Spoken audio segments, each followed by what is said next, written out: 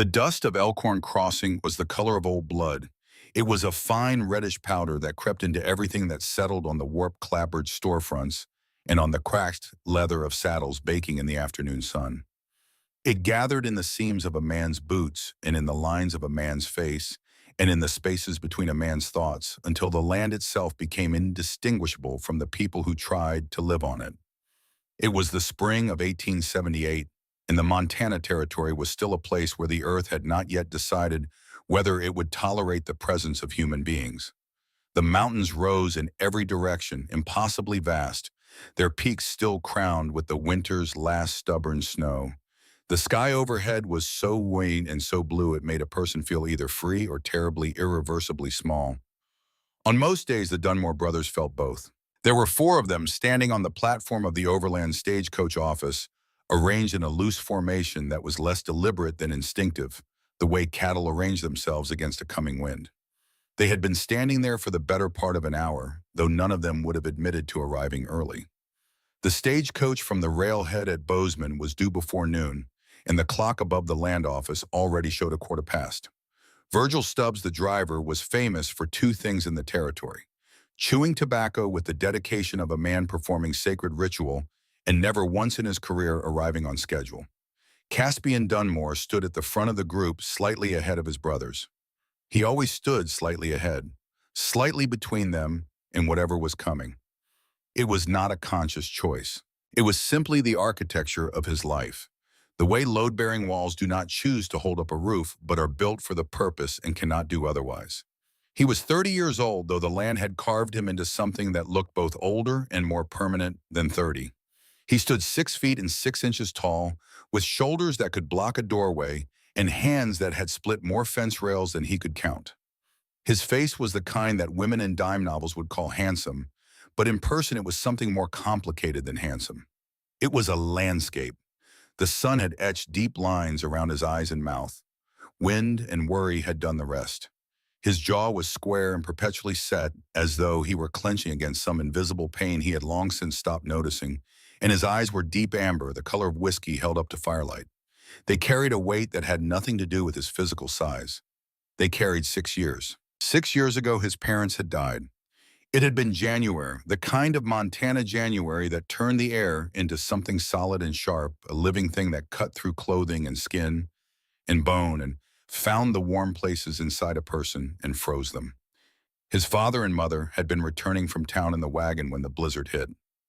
Caspian had been in Elkhorn Crossing that same day 19 miles away, buying medicine for a sick calf. He did not know the storm was coming. No one did. The sky had been clear when he left the house that morning, and by the time the first flakes fell, they fell so thick and so fast that the world disappeared in a matter of minutes, swallowed whole by a whiteness that had no edges and no mercy. He found the wagon the next morning, half buried. The horses frozen in their traces with their heads bowed as though they had simply decided to stop fighting and had lowered their necks and let the cold take them. His mother's hand was still gripping his father's arm. They had died together, which was perhaps a mercy. They had died holding on to each other in a frozen wilderness while their eldest son stood 19 miles away holding a bottle of calf medicine and watching the sky turn white. That single fact had become the central, unshakable truth of Caspian Dunmore's existence. He had not been there. He had not been there, and they had died, and no amount of fence posts split or cattle saved or brothers fed would ever change the arithmetic of that failure. He had been 24 when he buried them. He had dug the graves himself in the frozen ground behind the ranch house, the iron of the shovel ringing against the iron of the earth, each strike sending shockwaves up his arms and into his shoulders and into the place where grief lived, which was everywhere. Soren had been 21, Dashiell had been 19, and Rowan had been 14. A boy. A boy with his father's amber eyes and his mother's wide smile standing at the edge of 2 graves in the snow, shaking not from the cold, but from the sudden, violent rearrangement of everything he had believed about the world. Caspian had looked at his 3 brothers, standing in that frozen cemetery, and he had made the decision that would define the next 6 years of his life. He would become the thing they needed. The father, the provider, the law, the wall between his brothers and the world that wanted to swallow them. He had held the ranch together through drought and debt, and one particularly savage winter, when they ate nothing but elk jerky and boiled oats for 6 weeks straight, the same meal morning and evening, until the taste of it became indistinguishable from the taste of survival itself. He had kept his brothers fed. He had kept the cattle alive. He had kept the mortgage paid more or less through a combination of cattle sales and odd jobs in town, in the particular grim creativity that comes from having no options and no quit. And in doing so, he had slowly, methodically, without even noticing, stopped being a young man and become something harder and lonelier and more permanent. He had become the mountain. It had been his idea to place the advertisement in the Matrimonial Times, not for romance. The word itself felt foolish in his mouth, like something that belonged to people who lived in houses with wallpaper and china cabinets and opinions about curtain fabric. He needed a woman the way he needed a new plow or a stronger fence line. The ranch required skills that he and his brothers did not possess. Cooking that would not slowly poison them. Mending that would keep clothes on their backs through winter. A garden that would produce something other than weeds and disappointment. And if he was being honest, which he rarely was about anything that truly mattered, the house needed something else entirely. Something he could not name, but felt every evening when the four of them sat around the table in silence, eating bad food in a home that had not felt like a home in 6 years. There was a hollowness to it, a missing note in a chord that made everything sound wrong, without anyone being able to identify exactly what was absent. The advertisement had been simple, practical, stripped of any poetry. Caspian, Dunmore, and Brothers Ranchers, Elkhorn, crossing Montana territory, seek a woman of good character and strong constitution for marriage and partnership in a working cattle ranch. Must be willing to endure hard conditions and remote living. Soren had read the draft and added in his careful hand a line that revealed more about him than 100 conversations could have managed. A woman of gentle temperament who appreciates the quiet things. Dashiell had laughed and added his own contribution. Seeks a woman of lively spirit and good humor. Rowan had just grinned that wide-open grin that was his gift and his weapon and his daily act of defiance against a world that had tried to take it from him. Tell her we are not as bad as we sound. They had sent the letter and the train fare 3 months ago into the vast machinery of the United States postal system, and then they had waited. One reply had come back. One. Out of the millions of women in the eastern states, one had read their advertisement and decided that 4 men on the edge of the known world were worth the price of a stamp and the risk of everything. A Miss E. Sinclair of Boston, Massachusetts. Her letter had been brief, well-written, and almost entirely devoid of personal detail. She stated that she was 22, unmarried, capable in domestic arts, and seeking a new life in the West. She included no photograph. She asked no questions about the brothers' appearance, income, or temperament. The letter was courteous and competent and as carefully constructed as a wall designed not to keep people out, but to keep something in. Caspian had read it 7 times, searching for the thing she was not saying. He could feel it there between the carefully chosen words, the way you could feel a storm building behind the mountains hours before it broke. The pressure was in the syntax. The electricity was in the omissions. This woman was running from something. He did not know what, but he knew the handwriting of desperation because he had written in it himself. Now he stood on the platform, hat in his hands, jaw set, and waited. Behind him, Soren Dunmore leaned against a post with a book tucked under his arm. He was 27, the second born, and the one the family called the thinker. In Montana, this was not always a compliment. It carried the faint suggestion of a man who might hesitate at the wrong moment, who might pause to consider consequences when the situation called for action rather than deliberation. The suggestion was wrong. Soren Dunmore was tall, 6'4", and built strong enough to swing an axe for 8 hours without complaint. His hands were equally comfortable holding a book or a branding iron, and his endurance in physical labor matched any man in the territory. But there was something in the way he moved, a deliberateness, a quiet precision that set him apart from his brothers. He did not rush toward anything. He approached the world at an angle, studying its architecture before deciding where to apply his weight. His mind had a quality that was rare on the frontier. He was curious, not in the idle way of a man killing time, but in the deep structural way of a man who believed that understanding the shape of a problem was the first step toward solving it. He had taught himself to read law from borrowed books and territorial statutes, not because he wanted to be a lawyer, But because he believed that knowledge was the only weapon that never ran out of ammunition, bullets could be spent, strength could be exhausted, but a man who understood the law carried a tool that could be used and reused without diminishment, and Soren Dunmore was a man who believed in tools. He had agonized over this mail order arrangement more than any of the others. The idea of a stranger entering their home, their lives, their carefully maintained fortress of routine troubled him in ways he could not fully articulate. He understood the necessity. He was not so lost in his books that he could not see what was directly in front of him. The ranch was surviving, but it was not living.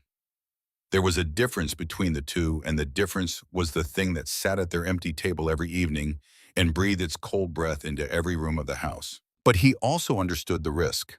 A stranger meant vulnerability. A stranger meant an unknown variable introduced into an equation that they had spent 6 years balancing, and equations once disrupted did not always find a new equilibrium. Sometimes they simply collapsed. He stood against his post, his book under his arm, his face composed in an expression of calm that was not quite calm, and he waited. Dashiell Dunmore, 25, shifted his weight from one foot to the other with the restless energy of a man who found stillness physically uncomfortable. He was the third brother, and if Caspian was the wall and Soren was the mind, Dashiell was the blade. Quick, sharp, and slightly dangerous, with an edge that caught the light at unexpected angles.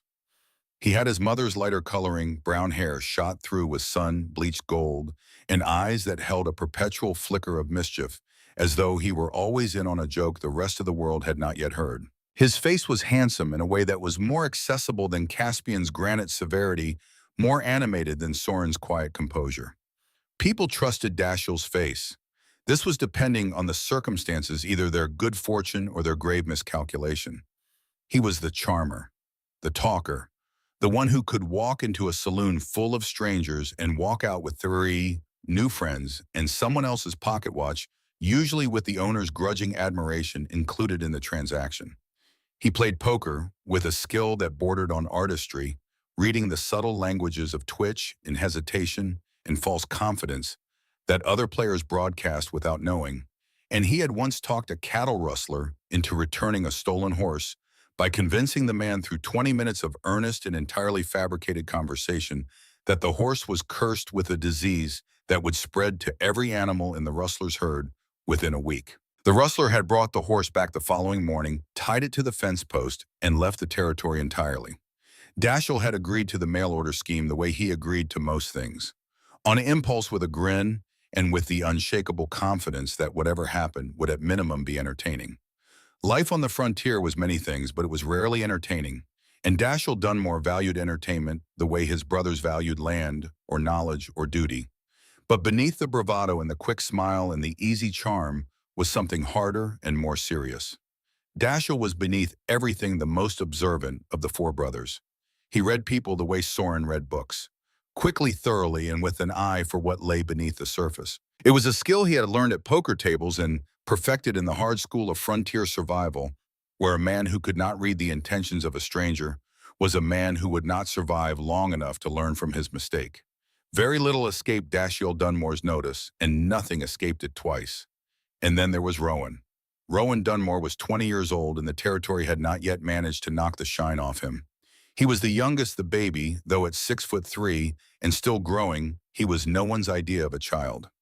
He had a face that was still open, still capable of unguarded expressions of caution and wonder and hope, qualities that the Montana winter seemed designed to freeze out of a person the way it froze the water in the troughs and the marrow in the bones of cattle that were too weak to find shelter. He had his father's eyes, that clear, warm amber that seemed to hold the last light of every sunset the old man had ever watched from the porch of the ranch house. And he had his mother's smile, wide and genuine, and given freely, a smile that could light a room the way a single candle lights a dark hallway, not with brilliance, but with enough warmth to make a person believe that the darkness was temporary. He carried both gifts the way a man carries an inheritance. He does not know the value of casually, naturally, without understanding that what he possessed was rare and precious and worth more than the ranch and the cattle and all the land between the mountains combined. Rowan had been 14 when his parents died, old enough to understand what he was seeing when they lowered the pine boxes into the frozen ground. young enough to be shattered by it in a way that went deeper than grief, that reached into the foundations of his understanding of how the world worked and rearranged them permanently. Caspian had held the family together. He had built the wall and maintained it and stood behind it for 6 years, absorbing every blow the world threw at them with his body and his will in the granite of his silence. But it was Rowan in his quiet way who had given them a reason to hold it together. His optimism was not naive. It was not the optimism of a boy who did not understand the darkness. It was a choice, a daily stubborn, deliberate refusal to let the darkness win, made by a young man who understood the darkness intimately and had simply decided with a stubbornness that matched his eldest brother's that he would not surrender to it. It made him in many ways the strongest of them all. He had been thrilled by the mail-order bride plan in a way that embarrassed his older brothers and delighted him. He had spent weeks imagining what the woman would look like, what her voice would sound like, whether she would laugh at his jokes, which he considered to be substantially funnier than his brother's consistent failure to laugh at them would suggest. He had cleaned his one good shirt 3 times and attempted to tame his dark blonde hair with water and a comb, a battle he was clearly and comprehensively losing the hair, springing back into its natural disorder, with the cheerful defiance of a living thing that refused to be governed. Now he bounced on his heels, his eyes fixed on the horizon, his whole body vibrating with an anticipation that the other 3 were feeling but would never have permitted themselves to display. "Dust," he said suddenly, pointing east. "That is dust." The others looked. Sure enough, a faint plume was rising against the blue, the unmistakable signature of the overland stage, a column of reddish-brown that climbed into the still air and spread like smoke from a distant fire. Caspian felt something tighten in his chest. Not anticipation exactly, but something close to it, something adjacent, something he had not felt in a very long time, and the unfamiliarity of the sensation was almost as alarming as the sensation itself. "All right," he said, and his voice carried the deep, rough authority that his brothers had learned long ago not to argue with a voice that was less heard than felt the way you feel thunder through the soles of your boots before the sound reaches your ears. "Remember what we discussed. We are gentlemen. We help with her trunk. We do not stare. We do not say anything foolish." He looked directly at Dashiell. "We do not try to be clever."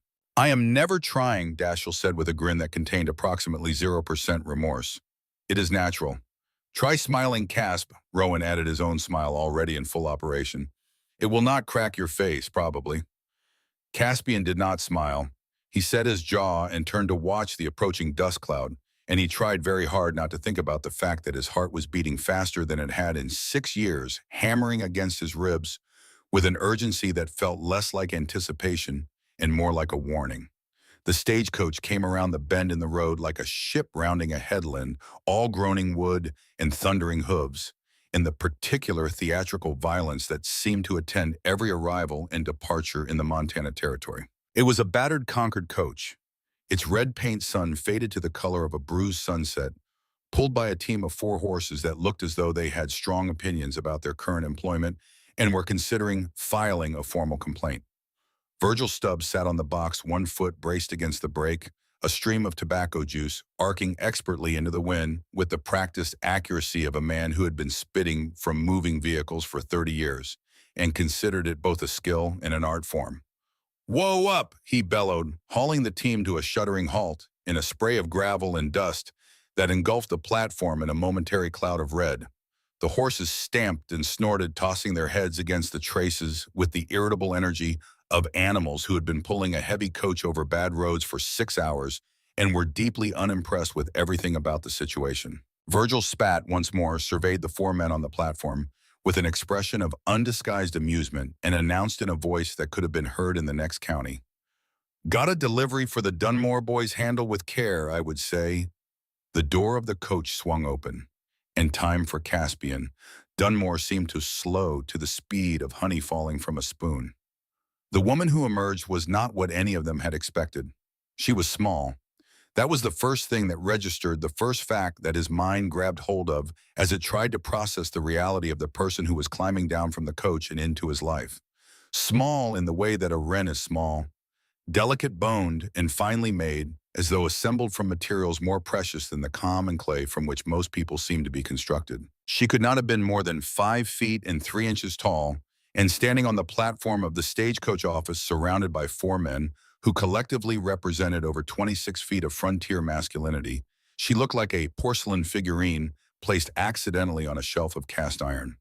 She had a heart-shaped face with skin so fair it seemed almost translucent in the afternoon light, showing the faintest tracery of blue veins at her temples, like rivers on a map of some country too delicate for this world.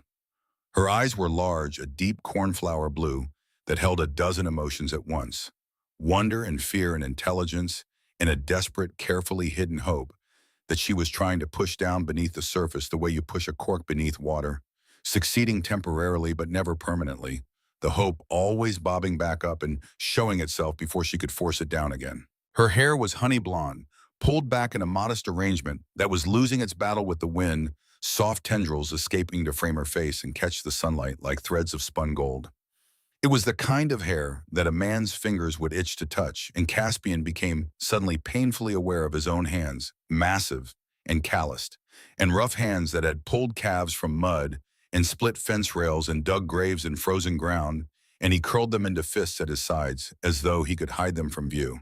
She wore a traveling dress of navy blue, a good dress well made from quality fabric with small lace details at the collar, and cuffs that spoke of a life where such detail mattered, where women noticed the width of a lace border and the quality of a stitch and the way a collar sat against a throat. But Caspian's practical eye, the eye that could spot a lame horse at 200 yards and a weak fence post from across a meadow, noticed what a less observant man might miss.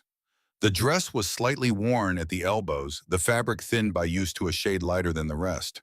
The lace had been mended carefully but visibly at one point along the right cuff.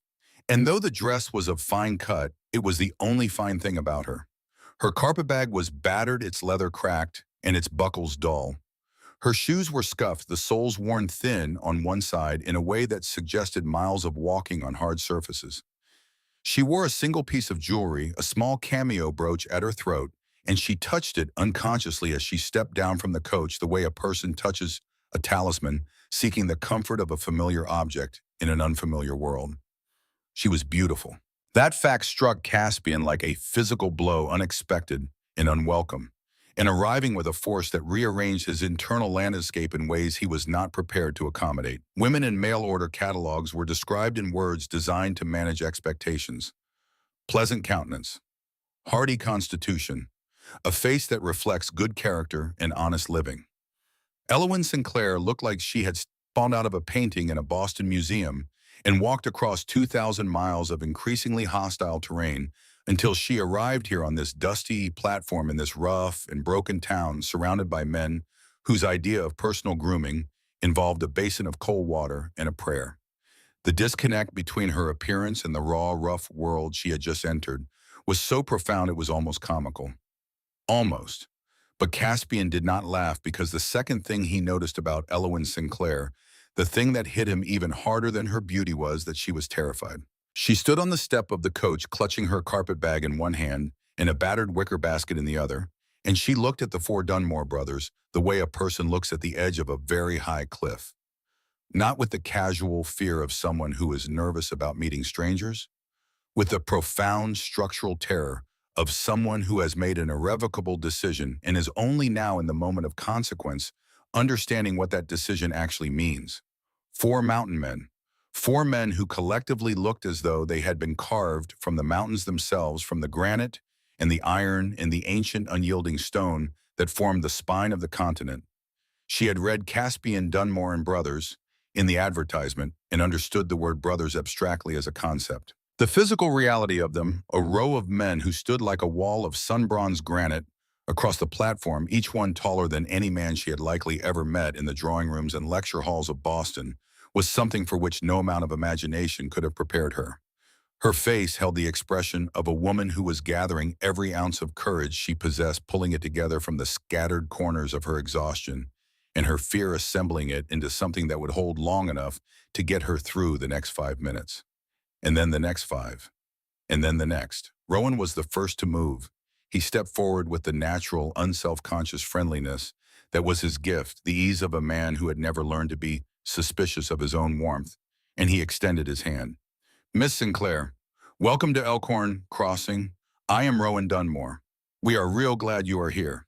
His smile was so genuine, so plainly delighted, so entirely free of agenda or calculation or the careful management of impression that something in her face softened.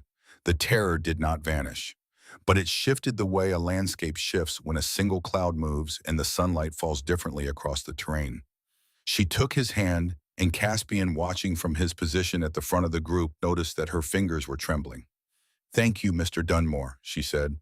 Her voice was quiet, steady with effort, and it carried the clipped, precise diction of a well-educated woman, each word placed with the care of someone who understood that language was a tool and who had been trained to use it with precision. It was a voice that belonged in a lecture hall or a drawing room, not on a dusty platform in Montana territory. And yet here it was, and here she was. And the distance between where that voice had come from and where it had arrived was a measure of something that Caspian could not yet name, but could feel in the pit of his stomach, heavy and significant and slightly ominous. Just Rowan, the youngest brother, corrected, beaming with an enthusiasm that bordered on incandescence. Everyone calls me Rowan. Dashiell stepped forward, next doffing his hat with an exaggerated flourish that was calculated to disarm and amuse in equal measure. Dashiell Dunmore, ma'am, the handsome one. You will figure out which one that is soon enough. The modest one, clearly, Soren said dryly from his position against the post, his voice carrying the particular bone-dry humor that was his primary mode of communication. He stepped forward and extended his own hand. I am Soren. It is a pleasure, Miss Sinclair. Then it was Caspian's turn. He stepped forward, and the world seemed to narrow to the space between them. He looked down at her, and she looked up at him, and for a moment neither of them spoke. She had to tilt her head back to meet his eyes, a motion that exposed the slender column of her throat and the delicate cameo brooch and the pulse that beat visibly beneath her jaw. Rapid and light, the heartbeat of a small animal in the presence of something large and unknown. Her eyes, that impossible cornflower blue, searched his face with an intensity that felt less like curiosity and more like assessment. She was reading him. Not the way a woman reads a man she finds attractive, but the way a person reads a contract, looking for the clauses that will bind her and the exits that will free her. She was trying to determine in the space of a few seconds whether she had made a terrible mistake. He extended his hand. Miss Sinclair, I am Caspian Dunmore. Her hand disappeared inside his. It was like holding a sparrow, small, warm, trembling, slightly. He could feel the bones of her fingers, fine and fragile, and the softness of her palm against his calloused skin, and the sensation produced in him a response so immediate and so powerful that it frightened him. He wanted to close his hand around hers and not let go. He wanted to pull her forward and stand between her and whatever had put that fear in her eyes. He wanted to say something, anything that would make the trembling stop. Mr. Dunmore, she said, thank you for the ticket. It was the arrangement, he replied, and immediately wished he had said something less cold, less transactional, less like a man conducting a business deal, and more like a man welcoming a woman into his life. But he did not know how to say what he actually felt, which was that the sight of her had reached inside his chest and rearranged something fundamental that he had believed was permanent, and that the sensation was deeply, profoundly, and thoroughly alarming. Well, Virgil Stubbs announced from the box, breaking the moment with the subtlety of a man driving a stagecoach through a china shop. She is alive, she speaks English, and she has got all her teeth. You boys have hit the jackpot. Thank you, Virgil, Caspian said flatly, his voice carrying the particular tone of a man who is composing a strongly worded letter in his head. Load her trunk, please. The ride to the ranch took 2 hours. 2 hours on a narrow wagon trail that wound through forests of lodgepole pine and across open meadows and along ridgelines where the views opened up with a suddenness that bordered on violence, the mountains and the valleys, and the infinite sky revealing themselves all at once as though the landscape were deliberately trying to overwhelm every person who passed through it. Caspian drove the wagon with the quiet competence of a man who had driven this trail 1,000 times and could navigate it blindfolded, his hands steady on the reins, his eyes on the road, his jaw set in its permanent expression of controlled intensity. Elowen sat beside him on the bench, her carpet bag at her feet and the wicker basket in her lap, and neither of them seemed to know what to do about the 18 inches of space between them, a distance that felt simultaneously too small and impossibly vast. The three younger brothers rode alongside on horseback, and in their different ways, each began the work of filling the silence that the wagon bench could not fill on its own. Rowan rode close as horse, matching the wagon's pace with the easy synchronization of an animal that knew this trail as well as its rider. He pointed out landmarks with the eagerness of a tour guide who loved his territory with an almost religious devotion, a young man for whom every ridge and every creek and every stand of timber held a story that he believed with complete sincerity would be improved by the telling. That ridge up there is called Eagle Ridge. There is a family of red-tailed hawks that nest near the top. The little ones just learned to fly last month. You should see them, Miss Sinclair. They are terrible at it. They fly about 10 feet and then crash into a tree. But they keep trying.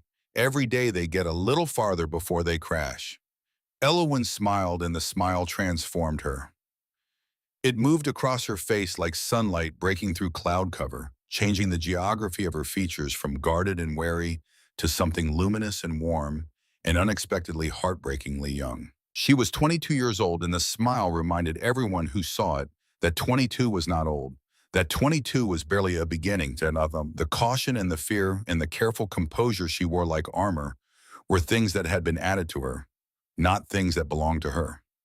Rowan, seeing this smile, sat up straighter in his saddle with the involuntary preening of a young man who has just produced a desirable result and wishes to produce it again as soon as possible. His horse, perhaps sensing the shift in its rider's attention, drifted slightly off the trail, and Rowan very nearly rode into a tree himself. Dashiell, not to be outdone, tried a different approach. So, Miss Sinclair, what possessed a woman of obvious refinement to answer an advertisement from four men living at the very edge of the known world? It was asked lightly as a joke, with the easy charm that was Dashiell's currency in most human transactions. But Caspian, who was watching the road but listening to everything, saw the way Elowen's hands tightened on the wicker basket in her lap. The shift was small, a fraction of a degree of additional pressure, the whitening of knuckles that had been relaxed a moment before. Most people would not have noticed it. Caspian noticed everything about this woman. He had started noticing the moment she stepped off the coach, and he had not stopped, and he suspected with a feeling that was half dread and have something else entirely, that he would not stop for a very long time. "I was looking for a fresh start, Mr. Dunmore," she said, and her voice had a quality that Dashiell recognized immediately because he had heard it 1,000 times across poker tables from Butte to Bozeman. It was the careful, rehearsed cadence of a person reciting a prepared answer, a response that had been composed in advance and practiced until the seams no longer showed. But the seams were there, invisible to anyone who was not looking for them. And Dashiell Dunmore was always looking. He filed the observation away, saying nothing, but his eyes sharpened by a fraction of a degree, the way a hawk's eyes sharpen when movement occurs at the edge of its field of vision. Soren, riding on the far side, was quiet. He was always quiet. But he was watching with the focused attention of a mind that never stopped working. He noticed the quality of her dress, the expensive fabric, and the careful tailoring, and the unmistakable signs of it being her single good garment, the one piece of a former life that she had carried into this new one. He noticed the intelligence in her eyes, the way she was not merely looking at the landscape, but reading it, cataloging the terrain and the vegetation and the angle of the sun with the systematic attention of a mind trained to observe and analyze and draw conclusions. And he noticed the wicker basket. She held it the way a soldier holds a weapon, close to her body, always in contact, as though it contained something she could not afford to lose. Not something valuable in the way that gold or money is valuable. Something valuable in the way that a last letter from a dead parent is valuable, or a child's first drawing, or a promise written on paper by someone who is no longer alive to keep it. Something irreplaceable. The trail narrowed through a stand of lodgepole pines, the trees pressing in close on either side, their bark orange gold in the afternoon light. And as the wagon jolted over a root that crossed the trail like a buried fist, a grouse exploded from the underbrush in a burst of feathers and indignant squawking. The sound was sudden and percussive like a gunshot in a library, and Elowen gasped and flinched, her body jerking sideways on the bench with the involuntary violence of pure startle. Caspian's arm shot out instinctively, his hand closing on her shoulder with a grip that was simultaneously firm and gentle, the unconscious calibration of a man who spent his days handling things that were fragile and things that were powerful, and who had learned to adjust his strength to the requirements of the moment. He steadied her, his palm pressed against the navy fabric of her dress, and beneath the fabric he could feel the architecture of her, the small bones and the thin muscles, and the warmth of a body that was more alive than anything he had touched in 6 years. The contact lasted perhaps 2 seconds. Then he pulled his hand back as though her shoulder had been made of hot iron, his face betraying nothing, his eyes returning to the road with a deliberateness that was in itself a confession. Neither of them spoke, but Elowen touched the spot where his hand had rested, her fingers pressing lightly against the fabric, and something in her expression shifted almost imperceptibly from fear to something else entirely. Something that looked, if you were watching closely enough, like the very beginning of trust. The Dunmore Ranch sat in a high valley that was, even by Montana standards, spectacularly beautiful. The mountains ringed it like a crown, their slopes thick with pine and aspen, their peaks white against a sky so blue it looked painted by an artist who had never learned restraint. A creek cold and clear and loud with the urgency of snowmelt ran along the northern boundary, and the meadows were just beginning to green with the first growth of spring, the new grass pushing up through the old, in patches of vivid emerald that made the valley look like a garment being slowly, carefully embroidered by an invisible hand. The ranch buildings, however, were less inspiring. The main house was a large log structure, solidly built by hands that understood how wood fit together and how a roof kept out the rain chinked with mud and moss in the traditional manner of the territory. But it showed the wear of years without a woman's attention. The porch sagged slightly on one end, giving the house the appearance of a man who was standing with his weight on one foot, and the windows were clouded with grime that filtered the light and turned the interior into a permanent dusk. A collection of barns, corrals, and sheds surrounded the house in various states of repair, and the general impression was of a place that was being held together by stubbornness and hope in roughly equal measure, with stubbornness doing the heavier lifting. Caspian pulled the wagon up to the porch and set the brake. "Home," he said. The word came out flatter than he intended, weighed down by the sudden awareness of how the place must look through the eyes of a woman from Boston, a woman who had lived in houses with wallpaper and properly hung doors and windows that you could see through. Elowen looked at the house for a long moment. She looked at the sagging porch and the dirty windows and the collection of male debris that was visible even from the wagon boots, and rope and harness leather, and the general detritus of four men living without any force in their lives that cared about order or appearance, or the simple fundamental question of whether a home looked like a home or like a barracks. Then she picked up her carpet bag and her wicker basket, and she climbed down from the wagon without waiting for help, and she walked up the porch steps and through the front door as though she were walking into battle. The interior confirmed every suspicion she might have had about four men living without a woman for 6 years. The kitchen was a monument to masculine neglect. Unwashed dishes were piled in the sink in a structure of precarious engineering that defied gravity and hygiene in equal measure, each plate and cup balanced on the one below it, with the casual disregard of men who believed that dishes could be washed later, and that later was a place that never actually arrived. Clothes were draped over chair backs, hung from door handles, and in one memorable case, stuffed into a cooking pot that sat on the counter with the air of an object that had given up on its original purpose and accepted its new role with quiet resignation. A thin layer of dust covered every surface, the accumulated evidence of 6 years of sweeping that was performed only when the dust became thick enough to write in the pantry when she opened its door and peered inside, with the cautious attention of a woman inspecting a room that might contain something hostile, revealed a quantity of dried beans, a slab of bacon that was turning colors not found in nature, and 3 cans of peaches that appeared to be older than Rowan. The smell was a complex bouquet. Wood smoke and leather and horse, and the particular musk of 4 adult men living in close quarters with limited interest in ventilation, layered over the deeper, more structural smell of a house that had not been properly aired in years, the smell of closed rooms and old meals, and the particular staleness that comes from a place where no one has opened a window just to let the breeze in. Elowen surveyed the disaster. Her face revealed nothing. She stood in the center of the kitchen, this small woman in her navy dress with her battered carpet bag and her precious wicker basket, And she looked at the chaos with the measured calm of a general assessing a battlefield, cataloging the damage and calculating the resources and determining with a precision that owed nothing to panic and everything to competence exactly where to begin. Then she set down her carpet bag. She placed the wicker basket on the table with careful precision, positioning it exactly where she wanted it within arm's reach, always within arm's reach. She rolled up her sleeves, exposing forearms that were pale and slender and marked with the faintest scattering of freckles, and she looked at Caspian with those impossible blue eyes and said in a voice that contained no uncertainty whatsoever, "Where do you keep the lye soap?" That first evening she cooked. She worked with the focused intensity of a woman who understood that this meal was an audition, a first impression that would shape everything that followed, that would determine whether she was allowed to stay or sent back to the world she had fled. She had limited materials to work with. The pantry was a wasteland of neglect, its contents representing not so much a food supply as a testament to the limited culinary imagination of four men who viewed eating as a biological necessity rather than an experience worth caring about. But she had skill, and she had determination.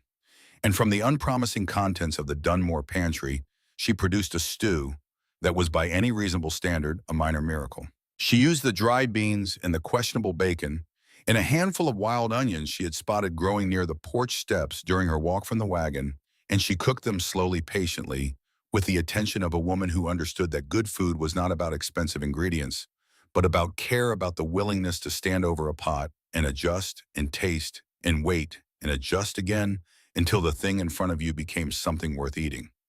She also baked bread, real bread, risen and golden and fragrant, the smell of it filling the house like a benediction, like a prayer answered, like the memory of something sacred that had been lost and was now impossibly found. The yeast she discovered in a jar at the back of the pantry, overlooked and nearly expired but still alive, still capable of performing its ancient transformation, turning flour and water and time into something that smelled like civilization, like comfort, like home. It was the bread that undid them. When Caspian broke off a piece and put it in his mouth, he went completely still.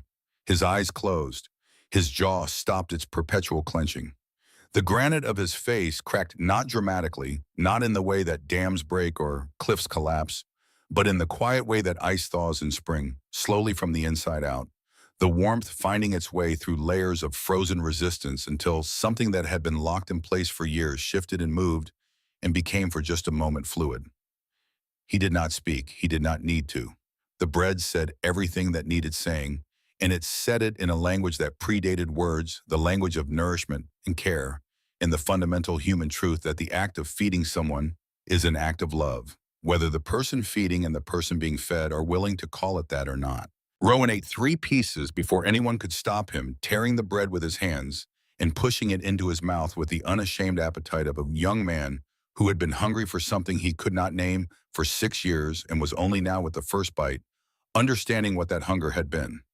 His eyes grew bright with an emotion that trembled at the border between joy and grief, a border that is thinner than most people realize and that can be crossed in either direction by something as simple as the taste of bread that reminds you of your mother. "I have not tasted bread like this since Ma was alive," he said, and his voice cracked on the last word. The word alive which contained within it its opposite, which was the word that none of them ever spoke aloud, because speaking it would make it too real, too present, too impossible to carry.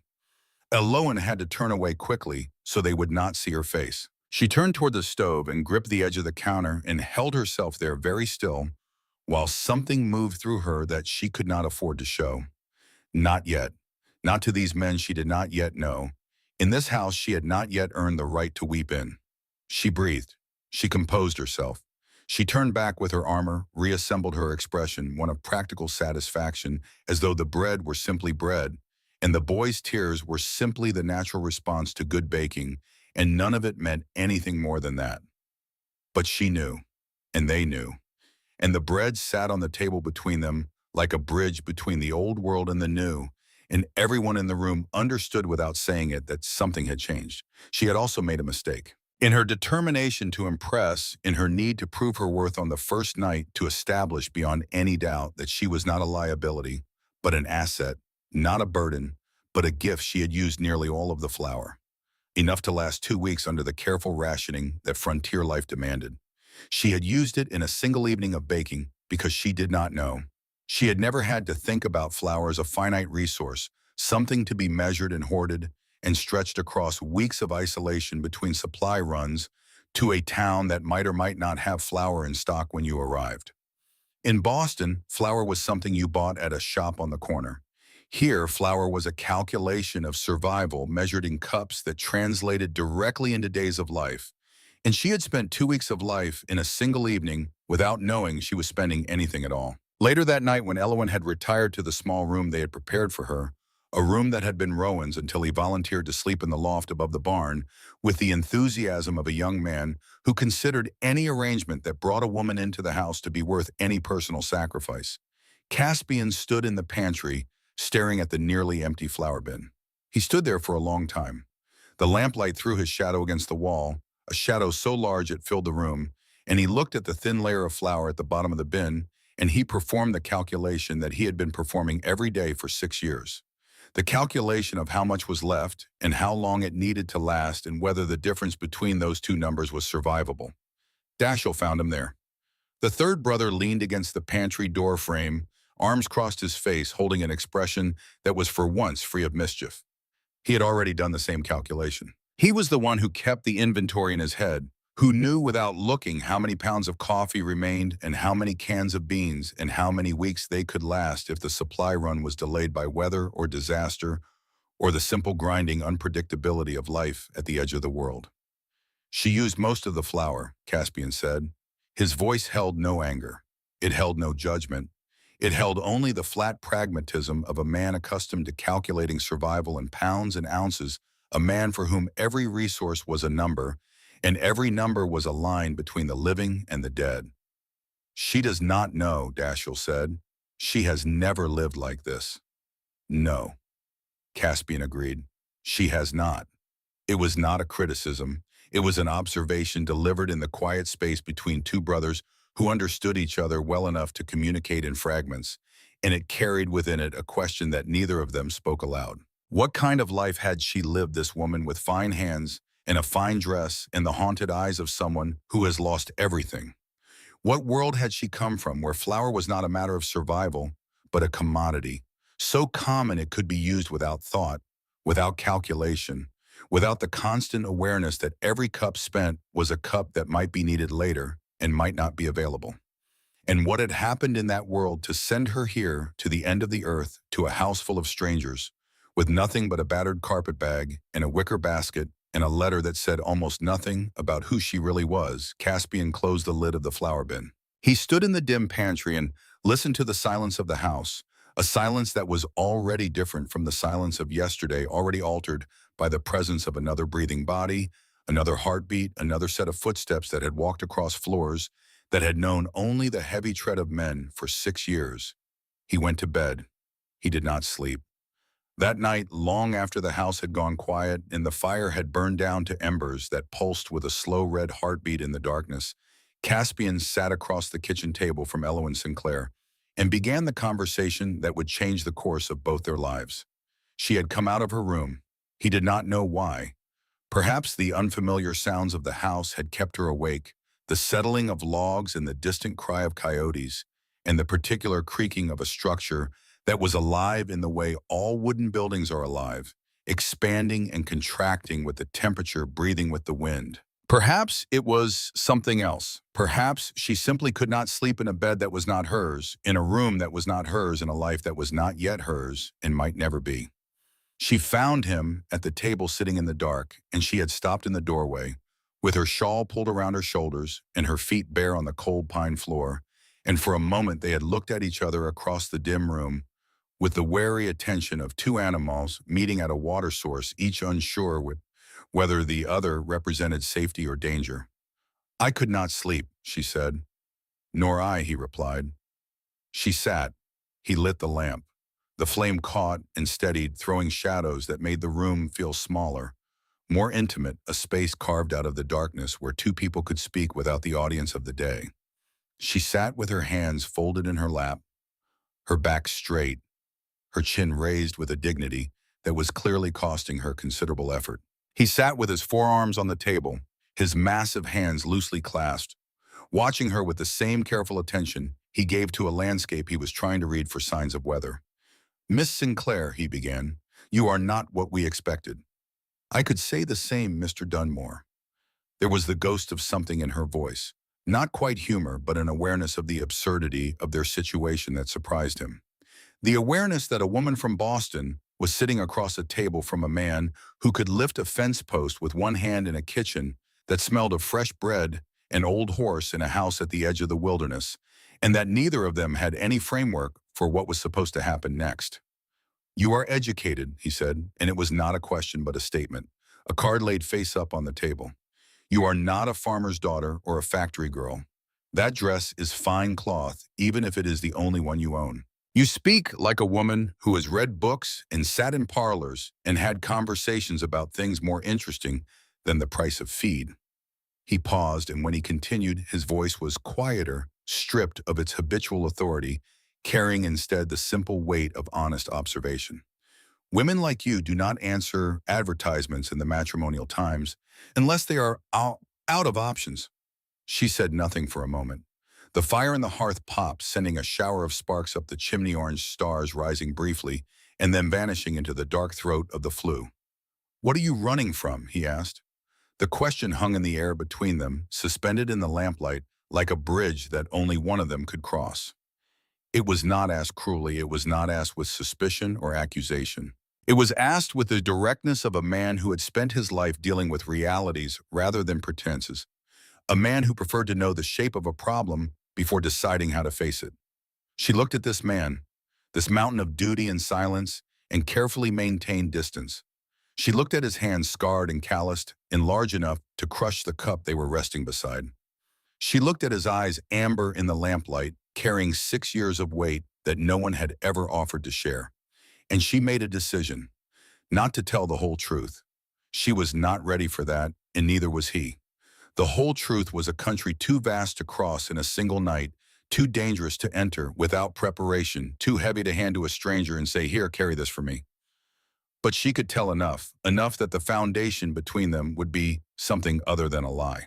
Enough that whatever they built from this point forward would stand on ground that was, if not entirely solid, at least honest about where the soft places were. "I have 3 younger sisters in Boston," she said.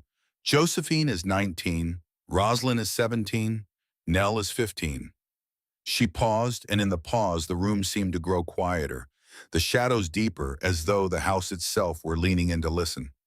"Our father is dead, our mother is dead, we have no family, no money, and no one to protect us." The words were spoken with the measured precision of someone who has rehearsed this speech many times, who has lain awake in strange beds in strange cities and practiced the sentences until they no longer made her cry, until she could deliver them with a flat affect of a news report rather than the raw anguish of a confession. But beneath the precision, beneath the practiced calm, there was a tremor, a hairline crack in the surface. The surface that revealed to anyone paying attention the depth of the water beneath. She continued, and when she did, her voice had the quality of something being stripped bare. Layer by careful layer, the way you strip paint from old wood, revealing the grain beneath. "I did not come here for a husband, Mr. Dunmore. I came here to survive. I came here to find a safe place where I can bring my sisters before the winter. They are alone in a boarding house in Boston with enough money to last perhaps 3 more months. If I cannot find them a home by then, I do not know what will become of them." The silence that followed was heavy with the weight of what she had just admitted.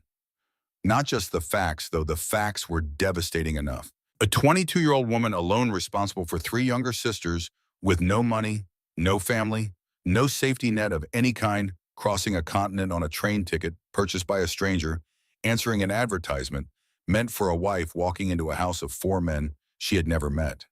The sheer staggering audacity of it, the desperate courage required to do what she had done, to uproot herself from everything she knew and throw herself into the unknown with nothing but a battered bag and a wicker basket, and the faith that somewhere at the end of 2,000 miles of railroad track, there would be something better than what she was leaving behind. Caspian looked at her for a long time. The lamp between them flickered and the shadows on the walls shifted, And in the shifting light, he saw something in her face that he recognized. Not because he had seen it in a mirror, though he had, because he had felt it in his own bones every day for 6 years. The look of a person who has been handed a burden that was not meant for them, a burden designed for someone older, stronger, more prepared, and who has picked it up anyway, because there was no one else to carry it, and putting it down was not an option. He saw the steel in her, the same unbending determination that ran through his own skeleton, like rebar through concrete. He saw two people forged in the same furnace of loss and responsibility, shaped by the same relentless pressure into something harder and sharper and lonelier than either of them had ever wanted to be. I will work harder than any woman you have ever known, she continued, and now her voice was steady, carrying the force of a vow, the weight of a promise made not just to him, but to herself and to three girls in a Boston boarding house who were counting on her across 2,000 miles of distance in silence and desperate hope. I will cook, clean, mend, tend the garden, and do whatever this ranch requires. I ask only for shelter and the chance to prove my worth. If after 1 month you find me lacking, I will leave without complaint. You have my word. She was offering the ultimatum herself, handing him the power, giving him the weapon, and trusting him not to use it cruelly. And in doing so, she was revealing a strength that no amount of fine dresses and trembling hands could disguise. Because it takes a particular kind of courage to put yourself at someone else's mercy. It takes a particular kind of strength to say, here is my throat, and I am trusting you not to cut it.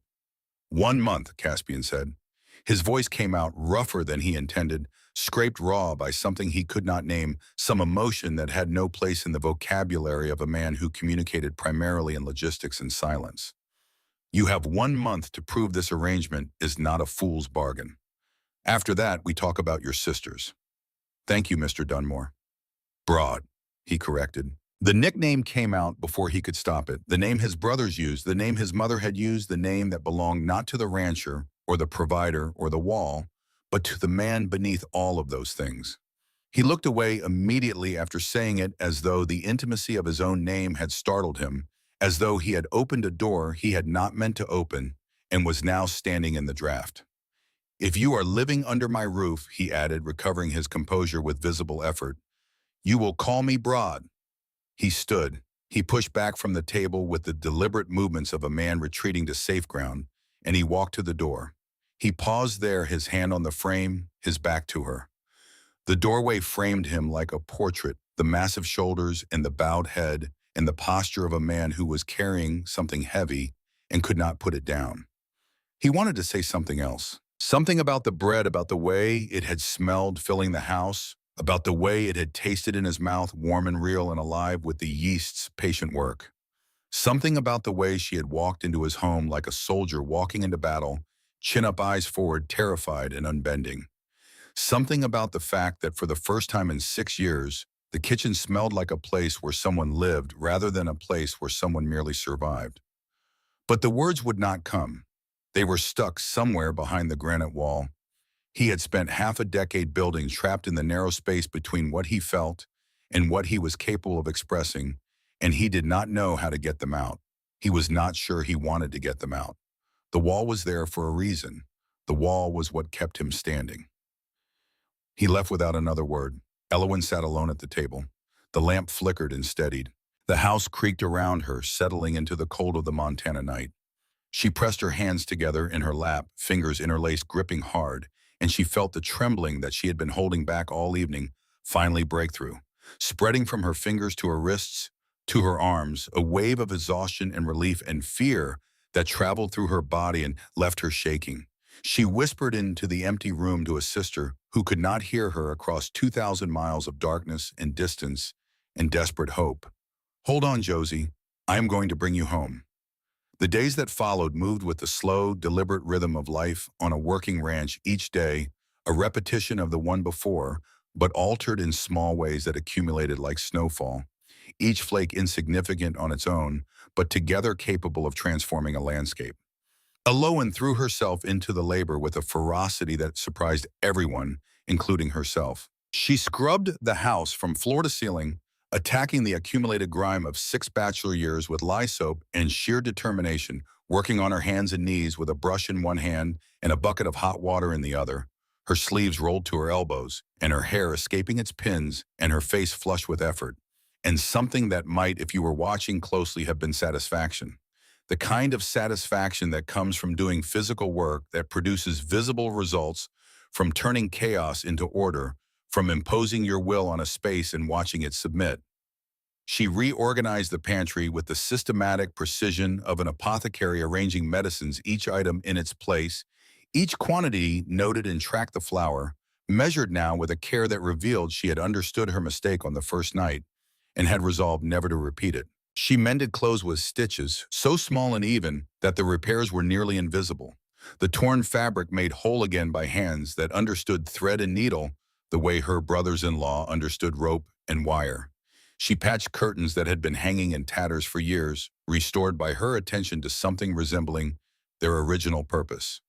And she started a kitchen garden in the neglected plot beside the house, turning the hard-packed earth with a fury that left her hands blistered and her back aching and her spirit improbably lighter. She baked bread again, but this time she measured the flour with the precision of a woman who has learned in a single humbling lesson the difference between plenty and scarcity, between the world she came from and the world she now inhabited. She stretched each precious cup as far as it would go, coaxing from the limited supply loaves that were smaller but no less perfect bread that tasted of care and economy and the particular sweetness of a thing that has been made with reverence for its ingredients. Caspian noticed.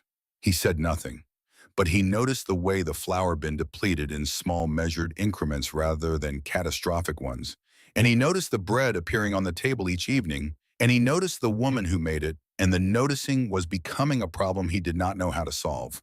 Each brother found his own honor of orbiting around her, drawn by different gravitational forces into paths that were distinct but that all circled the same center. Rowan was the easiest, the most natural. His openness and her warmth met like two halves of a key, fitting together with a rightness that required no effort and no negotiation. He showed her the ranch with a boy's eagerness, leading her along trails and across meadows and down to the creek, where the trout ran thick in summer, silver flashes in the cold water that appeared and disappeared like coins thrown into a fountain. He showed her the meadow where a newborn foal stumbled on legs that seemed to be made of sticks and optimism, wobbling and falling and rising and wobbling again, with the cheerful persistence of a creature that did not know the odds against it and would not have cared if it did.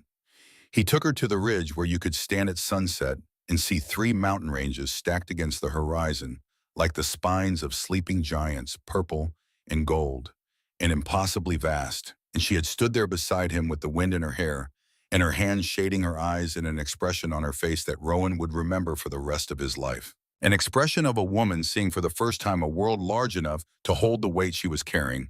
In return, she showed him the constellations from a worn astronomy book she had brought from Boston, one of the precious items in the wicker basket.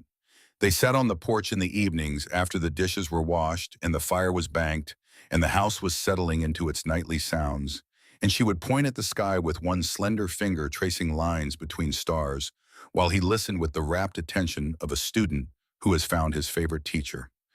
"That is Cassiopeia," she said one evening, her finger drawing a W against the darkness. "The queen who was chained to her throne in the sky as punishment for her vanity. She spins around the North Star all night, never setting, never resting." "That seems harsh," Rowan said. "Punished forever for being vain." "The Greeks were not known for proportional justice," Elowen replied, and the corner of her mouth lifted in a way that made Rowan laugh, a sound that rang across the dark valley and echoed off the mountains, and made Caspian, who was listening from inside the house, close his eyes briefly against the sweetness of it. Their bond was immediate and uncomplicated. The bond of a brother and a sister who had simply not met until now, who recognized in each other a kindred capacity for joy that the world had tried and failed to extinguish. Soren approached her from the side the way he approached everything, with quiet observation and careful thought. He did not seek her out directly. He did not make grand gestures or engage in the kind of performative friendliness that came naturally to Rowan and strategically to Dashiell. He simply existed in her orbit, present and attentive and undemanding, and he waited for the connections to form on their own, the way you wait for a wild animal to approach your outstretched hand. He discovered that she read, not as a pastime, not as entertainment, but as a necessity the way other people breathed. She read with the hunger of a person who has been denied food-consuming pages with an intensity that suggested she was not merely enjoying the words but absorbing them, drawing nourishment from them, using them to build something inside herself that the world kept trying to tear down. They began exchanging books, a silent commerce that required no negotiation and carried no obligation. He would leave a volume on the kitchen table, a collection of territorial law, or a battered copy of Emerson, or a history of the Roman Republic, and it would disappear and reappear the next day with a pressed wildflower marking the place where she had stopped reading, a bookmark that was also a message, a small act of beauty left in the pages of a borrowed book. One evening he found her in the main room sitting by the fire with the wicker basket open on her lap. She had not heard him approach, and he caught a glimpse of its contents before she could close the lid.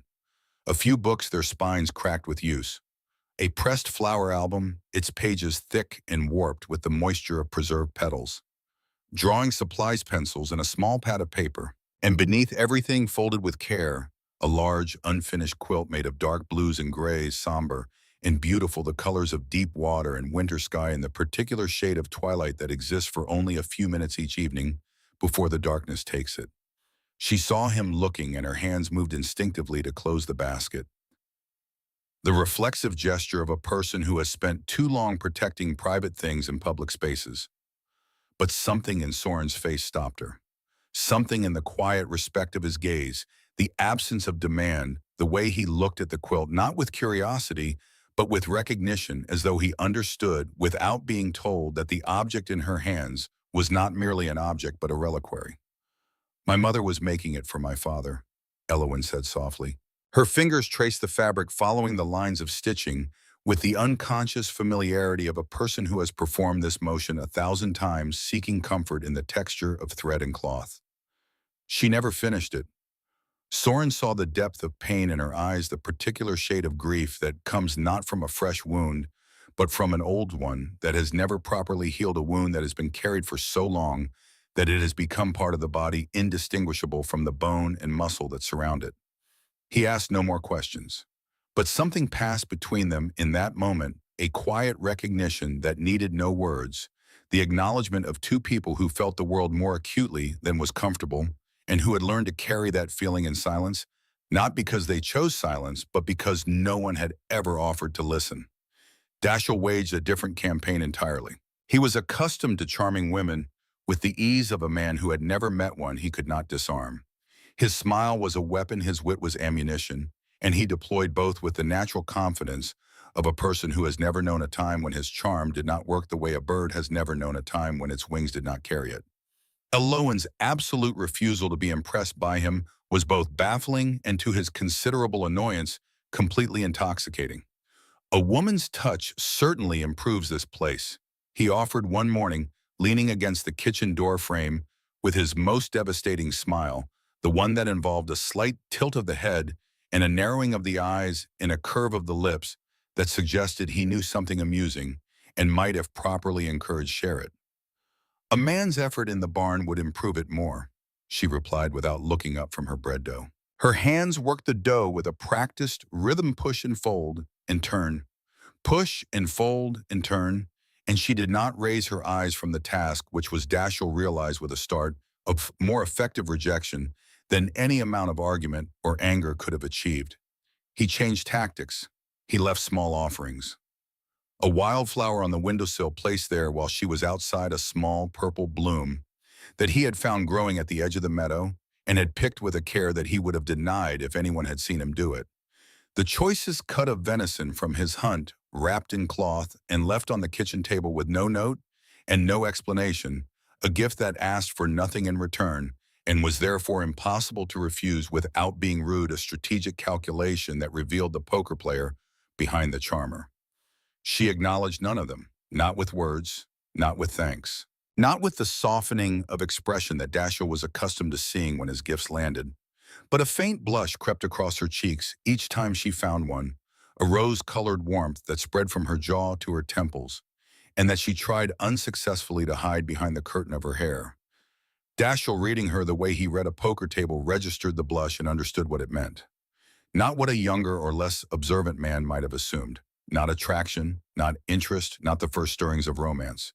The blush meant something subtler and more valuable. It meant that she was not indifferent. It meant that the gifts reached her, that they penetrated the armor she wore, that somewhere behind the wall of competence and composure and carefully maintained distance, there was a woman who was moved by a wildflower on a windowsill. And Dashiell realized with a surprise that rearranged something in his chest, that what the cards were showing him was not romance at all. It was something rarer, something he had not expected to want and was not sure he knew how to handle. It was respect. He respected her. The realization arrived without warning and settled into him with the weight of something permanent, and Dashiell Dunmore, who had spent 25 years treating most human interactions as games to be won, found himself in the unfamiliar position of wanting not to win, but to be worthy. And then there was Caspian. Between Elowen and Caspian, the thing that grew was not warmth or charm or intellectual connection. It was something harder to name and impossible to ignore, something that operated beneath the surface of their daily interactions, like a river running under ice, invisible and powerful, and always, always there. They communicated in logistics and silence. Two people who had spent so many years being strong for others that they had forgotten how to be anything else, who had built walls so high and so thick that the walls had become indistinguishable from the people behind them. We will need more flour from Party's store. I will see to it. The roof above the pantry is leaking. I am aware. Conversations like the exchange of supplies between fortified positions. Each sentence a packet of information delivered efficiently and without embellishment, stripped of everything that was not strictly necessary. But beneath these clipped exchanges ran a current so powerful it frightened them both, an electricity that hummed in the air between them, and that they both felt, and neither acknowledged the way you feel the vibration of a train approaching through the rails long before the train itself appears. Elowen noticed the way Caspian checked the door every night before retiring. He would walk to the front door and test the latch not once but twice, pressing his weight against the wood and listening for the click that told him the mechanism was engaged. Then he would stand there for a moment, his hand resting on the rifle that hung from pegs beside the entrance, and he would scan the darkness beyond the porch, his eyes moving across the tree line and the meadow and the trail that led to town, reading the night, the way he read the land during the day, looking for anything that did not belong. It was a ritual of protection so ingrained in him that it was unconscious, performed not from fear, but from the deep structural imperative of a man who had appointed himself guardian of everything within these walls, and who would not release that appointment until someone physically removed him from the premises. Caspian noticed the way Elowen hummed while she worked. It was a low, unconscious melody, not a song exactly, but a thread of music that wove through the rooms of the house as she moved from kitchen to pantry to garden and back, a sound so quiet that you could only hear it if you were listening for it, and Caspian was always listening. The hum filled the rooms with something they had not contained in 6 years. It was not music. It was the sound of a home being lived in the auditory evidence of a person who was present and engaged in making something of the space around her. And it reached inside him and found the place where the loneliness had taken root deep in the cold center of him, and it hurt. It hurt the way warmth hurts when you have been cold for too long, the painful reawakening of nerves that have gone numb, the excruciating return of feeling to a limb that has been frozen. He did not know what to do with the hurting. He could not apply it to anything useful. He could not split it with an axe or mend it with wire or solve it with the practical tools that had served him for 6 years. It simply existed, growing in him like a second heartbeat, and he carried it alongside all the other things he carried, added to the load without complaint. One evening he found her on the porch staring at the stars. The night was clear and cold, and the sky was a vault of black silk sewn with more stars than any single pair of eyes could count. A display so extravagant that it seemed like a deliberate provocation, the universe showing off for the benefit of the small creatures clinging to the surface of one of its smaller planets. She looked impossibly small against the vastness. A single point of warmth in an infinity of cold light. Her shawl was pulled around her shoulders, and her breath made small clouds in the frigid air, and her face tilted upward, held an expression that was equal parts wonder and terror. The expression of a person who truly understands how large the world is and how small she is within it. "Do you ever feel like the mountains could just swallow you whole?" she asked, not turning to look at him. She must have heard his boots on the porch boards, must have felt the shift in the air, that accompanied his presence, the displacement of space that a man his size created simply by existing. Caspian considered the question with the seriousness he gave to all questions, the deliberate, unhurried processing of a mind that did not believe in careless answers. Every day, he said, but they have not managed it yet. It was the most personal thing he had ever said to her. More personal than any confession, more intimate than any declaration. Because it admitted vulnerability without surrendering to it. It acknowledged the fear and the smallness and the crushing weight of the landscape that surrounded them, and then it set that acknowledgement aside and stood up straight and kept going. Which was when you stripped away all the philosophy and the poetry and the grand human narratives of meaning and purpose, the only strategy that had ever actually worked. She turned and looked up at him surprised, and for a moment the distance between them shrank to something small enough to cross with a single step. The lamplight from the window caught her face, illuminating the planes and angles of her features, the curve of her cheek and the line of her jaw and the loose strand of hair that the wind pressed against her skin like a golden thread laid across porcelain. Her eyes, those impossible cornflower blue eyes, looked up into his amber ones, and the connection that formed between them in that moment was not a spark, because sparks are brief, and this was not brief. It was a cable, a bridge, a line thrown from one shore to another across a churning river, catching hold on the far side and pulling taut with the weight of everything that wanted to cross. He cleared his throat. He touched the brim of his hat, and he retreated into the house because the alternative was to stand there in the starlight and say something that would change everything, and he was not ready. Not yet. Not until he understood what it was that he was feeling, this unfamiliar, frightening, exhilarating sensation that lived in his chest and grew stronger every time he looked at her. In the middle of the second week, Elowen made a mistake that nearly undid all the ground she had gained. She found a section of fence along the north pasture that had collapsed posts rotted through and wire sagging in rusted loops against the ground. The cattle had been pressing against the weakened barrier, attracted by the grass on the other side, which was in the way of all grass on the other side, greener and more desirable than the grass they already had.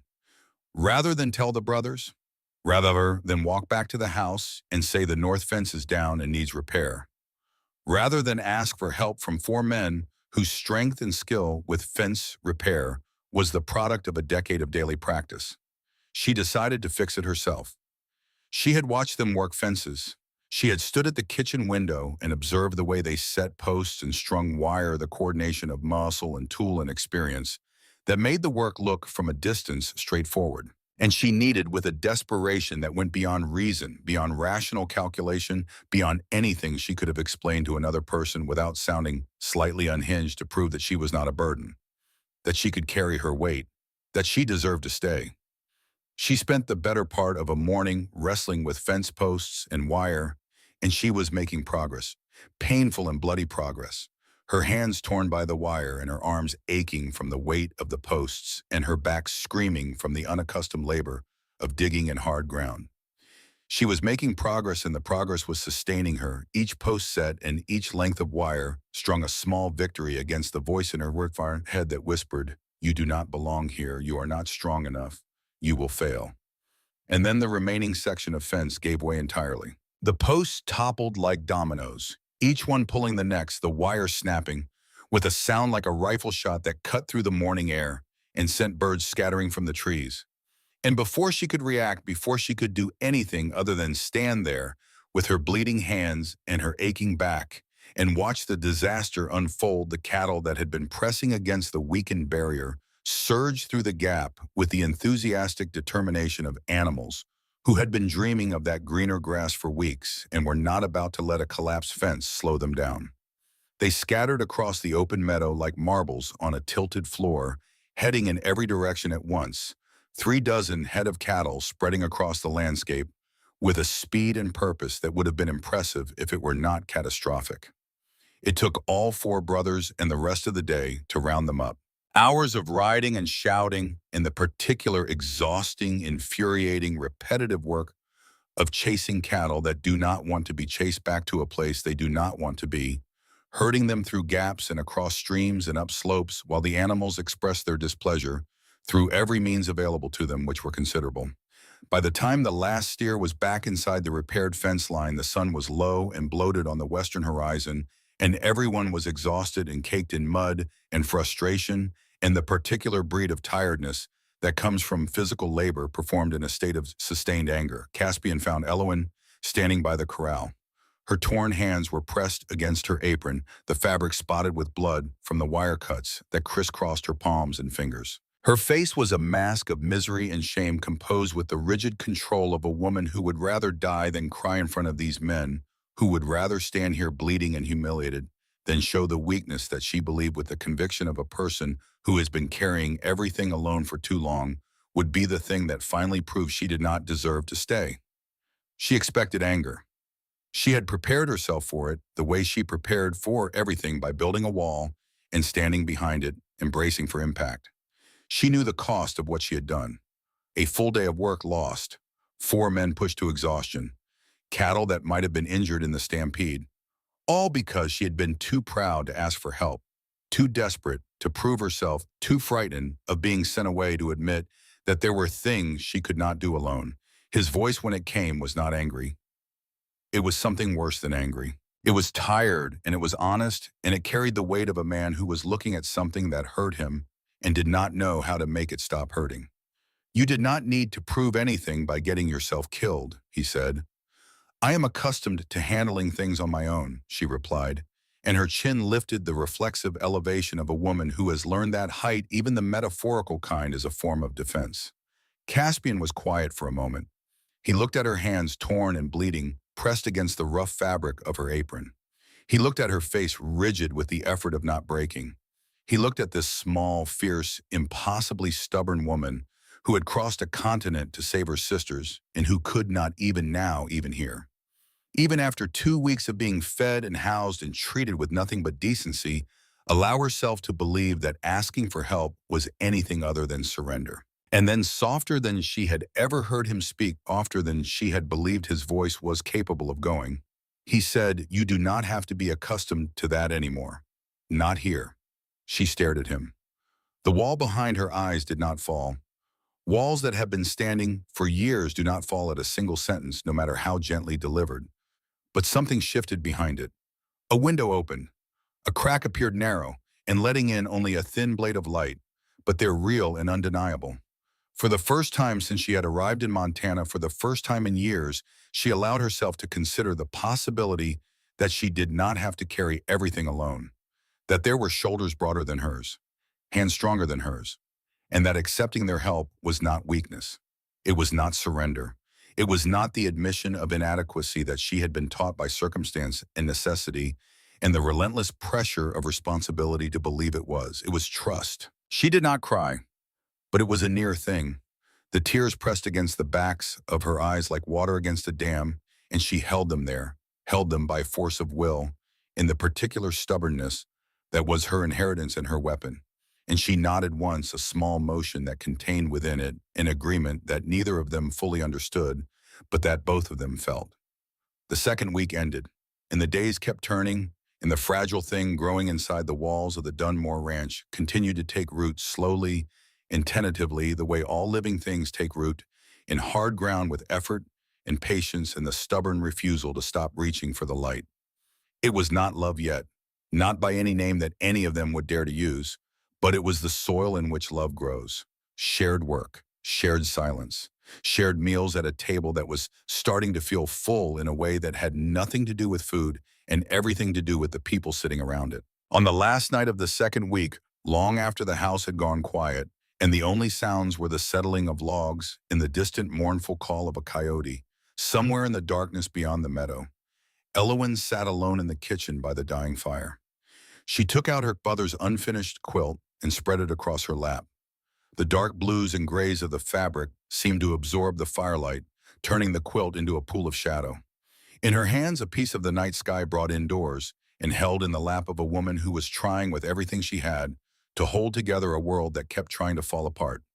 She ran her fingers along the stitching, the thousands of tiny precise stitches her mother had placed with such care, each one a fraction of an inch long, each one placed beside the last with the patience of a woman who understood that the things worth making are made slowly, one stitch at a time, one breath at a time, one act of love at a time. She thought about the woman who had made them, A woman who had loved a man so completely that when he was taken from her, she had tried to sew his truth into the very fabric of their life together. Eloan touched the quilt and whispered into the darkness, her voice barely audible, carrying the weight of a grief so private and so deep that speaking it aloud felt like a violation of something sacred. I am sorry, Papa. I am so sorry. She did not know that Caspian stood in the hallway barefoot and silent, unable to sleep.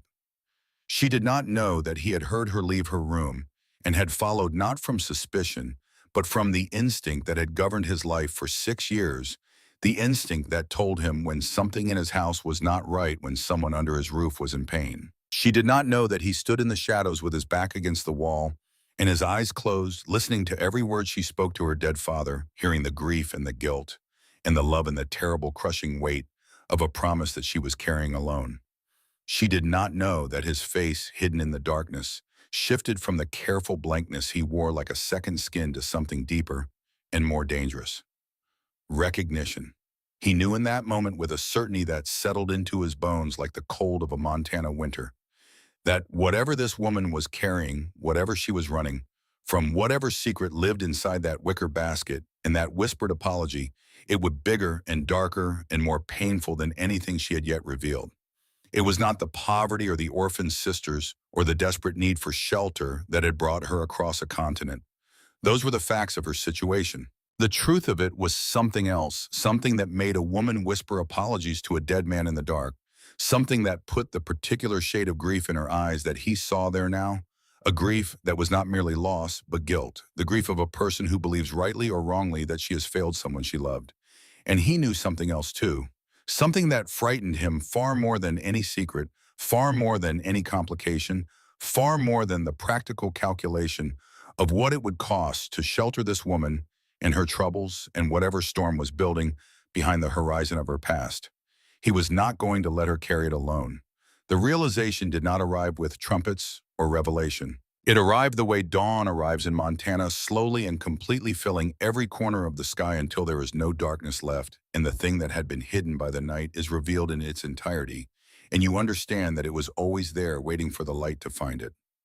Caspian Dunmore stood in the dark hallway of his family's ranch house, listening to a woman he had known for 2 weeks whisper to the ghost of her father, and he felt the wall inside him.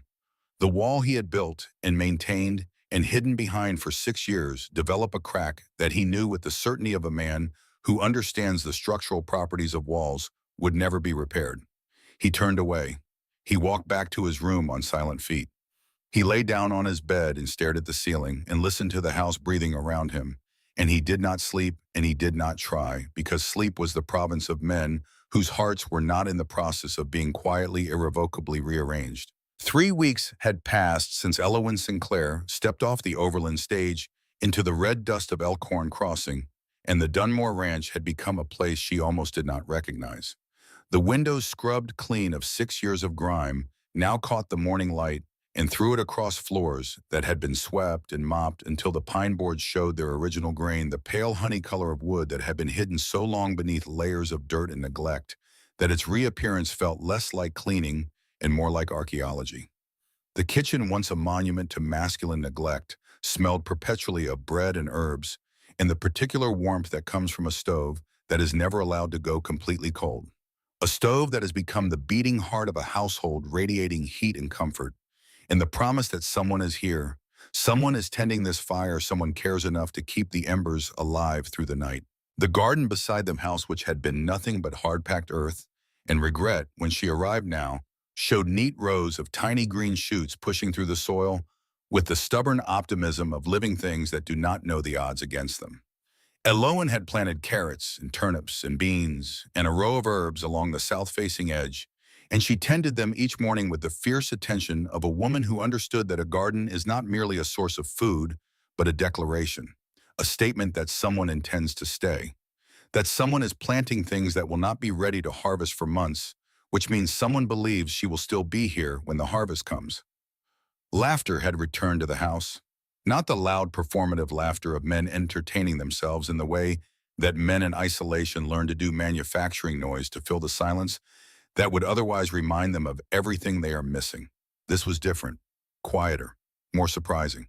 The kind of laughter that rises unbidden at breakfast when Rowan tells a story about a calf that outsmarted him, leading him in circles through a muddy creek bed until he was so covered in muck that even his horse refused to stand near him. The kind that escapes Soren when Eloin corrects his Latin pronunciation over a passage of Cicero, and he realizes with a mixture of embarrassment and delight that she is right, and that being corrected by this woman is not an indignity, but a pleasure.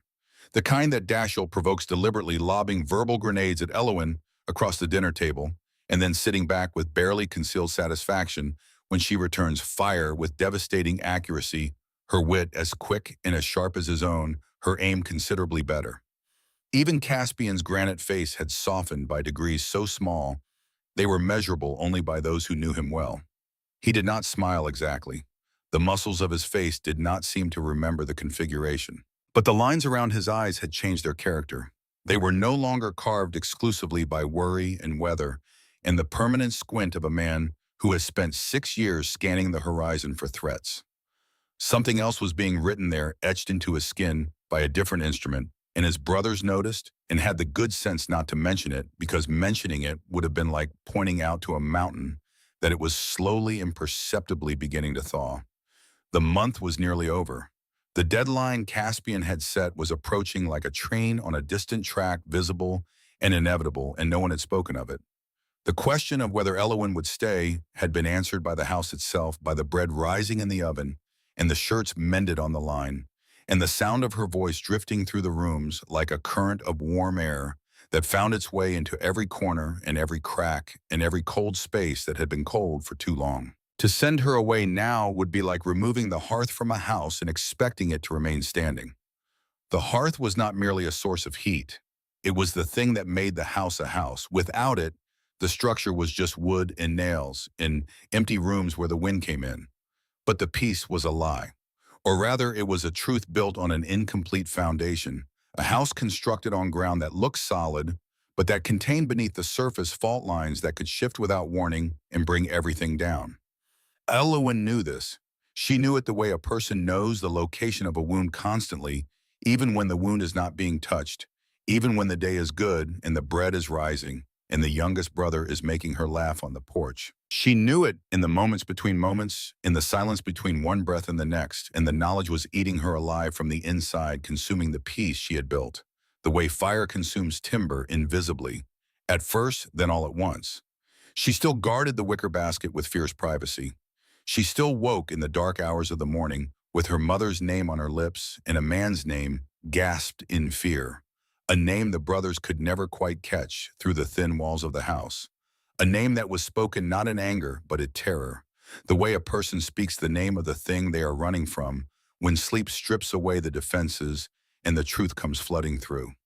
She still touched the cameo brooch at her throat a dozen times a day, an unconscious gesture of self-comfort that Dashiell had cataloged and Caspian had memorized. And she still, on the nights when sleep would not come, took out the unfinished quilt and held it in her lap and ran her fingers along the stitching as though trying to read a message written in a language she had forgotten. Caspian watched all of this. He had watched her since the night he stood in the hallway and heard her whisper her apology to a dead father. He had not confronted her. He had not pressed. He was a man who understood patience the way he understood weather, as a force that could not be rushed, only endured, only waited out, only met with the quiet, unshakable determination to still be standing when it passed. But he was also a man who could read landscapes and the landscape of Eloin. Sinclair's fear was becoming impossible to ignore. Something was coming. He could feel it, the way he felt a storm building behind the mountains, a change in pressure, a shift in the quality of the air, an instinct honed by decades of living in a place where the failure to read the signs could kill you. The first crack in the peace came quietly, carried not by thunder, but by the weekly mail pouch. Soren had ridden into Elkhorn Crossing for supplies on a Tuesday morning, a routine trip that involved loading the wagon with flour, salt, coffee, and whatever else Mr. Pardee had managed to stock in his perpetually understocked general store. He returned in the late afternoon with his supplies loaded and the mail pouch slung over his saddle horn, and among the usual assortment of seed catalogs and territorial notices was a single envelope addressed in a careful feminine hand to Miss E. Sinclair, Dunmore Ranch, Elkhorn, Crossing, Montana Territory. The postmark was Boston. Soren handed the letter to Elowen at the kitchen table where she was rolling out pie dough with the focused intensity she brought to everything, her forearms dusted with flour and her brow furrowed with concentration. She saw the handwriting and the postmark, and Soren watched the color drain from her face so quickly it was like watching a candle blown out, the flame there one instant and gone the next, leaving behind only the thin thread of smoke that rises from a wick that has just stopped burning. Her hands, which had been steady and sure on the rolling pin, went rigid. She picked up the envelope with fingers that trembled visibly and excused herself to her room without another word, leaving the pie dough abandoned on the table, a circle of pale flour-dusted dough that held the impressions of her fingers like evidence at a crime scene. Soren stood in the kitchen, looking at the abandoned dough and the dusting of flour on the table, and felt a cold weight settle in his stomach. He had seen that look before, not on women but on men. On the faces of men who had just received news from a battlefield. On the faces of men who had just learned that the thing they were afraid of had stopped being a possibility and had become a certainty. It was the look of someone whose past had just reached across 1,000 miles and tapped them on the shoulder and whispered, "I know where you are." Behind her closed door, Elowen broke the seal on the envelope and unfolded the single sheet of paper inside. With hands that shook so badly she had to press them flat against her thighs and breathe slowly and deliberately before she could hold the page steady enough to read. The letter was from Dinah Poole, a lawyer's clerk in Boston, who had been the Sinclair family's only remaining ally in a world that had systematically stripped them of every other one. Poole was a woman of fierce, quiet loyalty, the kind of loyalty that does not announce itself, but that operates in the background, steady and unglamorous, and absolutely dependable. The way the foundation of a building operates, invisible, inessential, and the last thing to fail. She had promised to keep watch while the Sinclair sisters scattered to the winds to be the fixed point from which Elowen could take her bearings to send word if the danger changed shape or direction or intensity. She had kept that promise, and the letter in Elowen's hands was the fulfillment of it. The letter was brief, and the handwriting was hurried, slanting forward across the page, as though the words were trying to outrun the hand that wrote them. "My dearest girl, I pray this reaches you safely and that you have found the refuge you sought. I must be direct. A man has been making inquiries in your old neighborhood. He is from the Pinkerton National Detective Agency, well-dressed, polite, thorough in a way that frightens me. He has been asking about your father's business affairs, about the family's circumstances after the trial, and most pointedly about your current whereabouts. He visited the boarding house on Milk Street. He spoke to Mrs. Cranshaw. He knows you went west. The name Osgood was mentioned in connection with his employment. You know what this means as well as I do. Please be careful. Please be invisible. And for the love of God, burn this letter. Yours in friendship and fear, Dinah." Elowen read the letter 3 times. The first time the words blurred and swam and rearranged themselves into shapes that her mind refused to process. The second time they settled into their proper order and delivered their meaning with the clean surgical precision of a knife. The third time she read them slowly, carefully, the way a person reads a death sentence, examining each word for some escape, some ambiguity, some crack in the language through which hope might squeeze. There was no crack. She folded the letter and pressed it against her chest, and she closed her eyes, and she felt the fragile architecture of safety she had been constructing over 3 weeks begin to crack and shift beneath her feet like river ice in spring, surface that had seemed solid revealing itself to be nothing more than a thin shell over deep, dark, freezing water. She did not burn the letter. She could not bring herself to destroy the only thread connecting her to the world she had left behind, the world where her sisters waited in a boarding house with dwindling money and growing fear. She tucked it into the wicker basket beneath the unfinished quilt, alongside the other precious and dangerous things she carried. When she emerged from her room, her face was composed, carefully reassembled into the expression of calm determination she wore like armor. Each feature arranged with the conscious precision of a woman who has learned that her face is the first thing people read, and who has therefore learned to control what it says. But her eyes were different. The hope that had been growing there, tender and tentative, as her garden shoots, had been replaced by something older and harder and more familiar, the dull, steady glow of a person who has been found and knows it and is already calculating the cost of running again. The brothers noticed. All 4 of them in their different ways registered the change the way animals register a shift in barometric pressure not with conscious analysis, but with instinct, with the deep body knowledge that something in the atmosphere has altered. Rowan asked if she was feeling well. She told him she was fine and her voice was steady, and the word fine was delivered with such practiced ease that it would Hagen have convinced anyone who did not know her. Rowan knew her. He did not believe her, but he did not press because he understood with the wisdom that sometimes accompanies youth that pressing a frightened person only makes them more frightened. Dashiell studied her across the dinner table with the focused attention of a man watching an opponent's hand, his eyes tracking the micro-expressions that flickered across her face like shadows cast by a flame in a draft. He saw the tension in her jaw. He saw the way her fingers found the cameo brooch more frequently than usual, touching it every few minutes rather than every hour.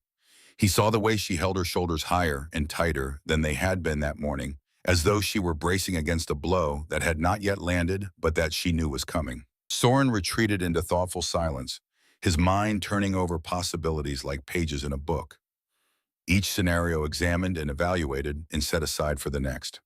The Boston postmark, the feminine handwriting, the transformation of Elowen's face from a woman who was beginning to believe in her safety to a woman who knew that safety was an illusion.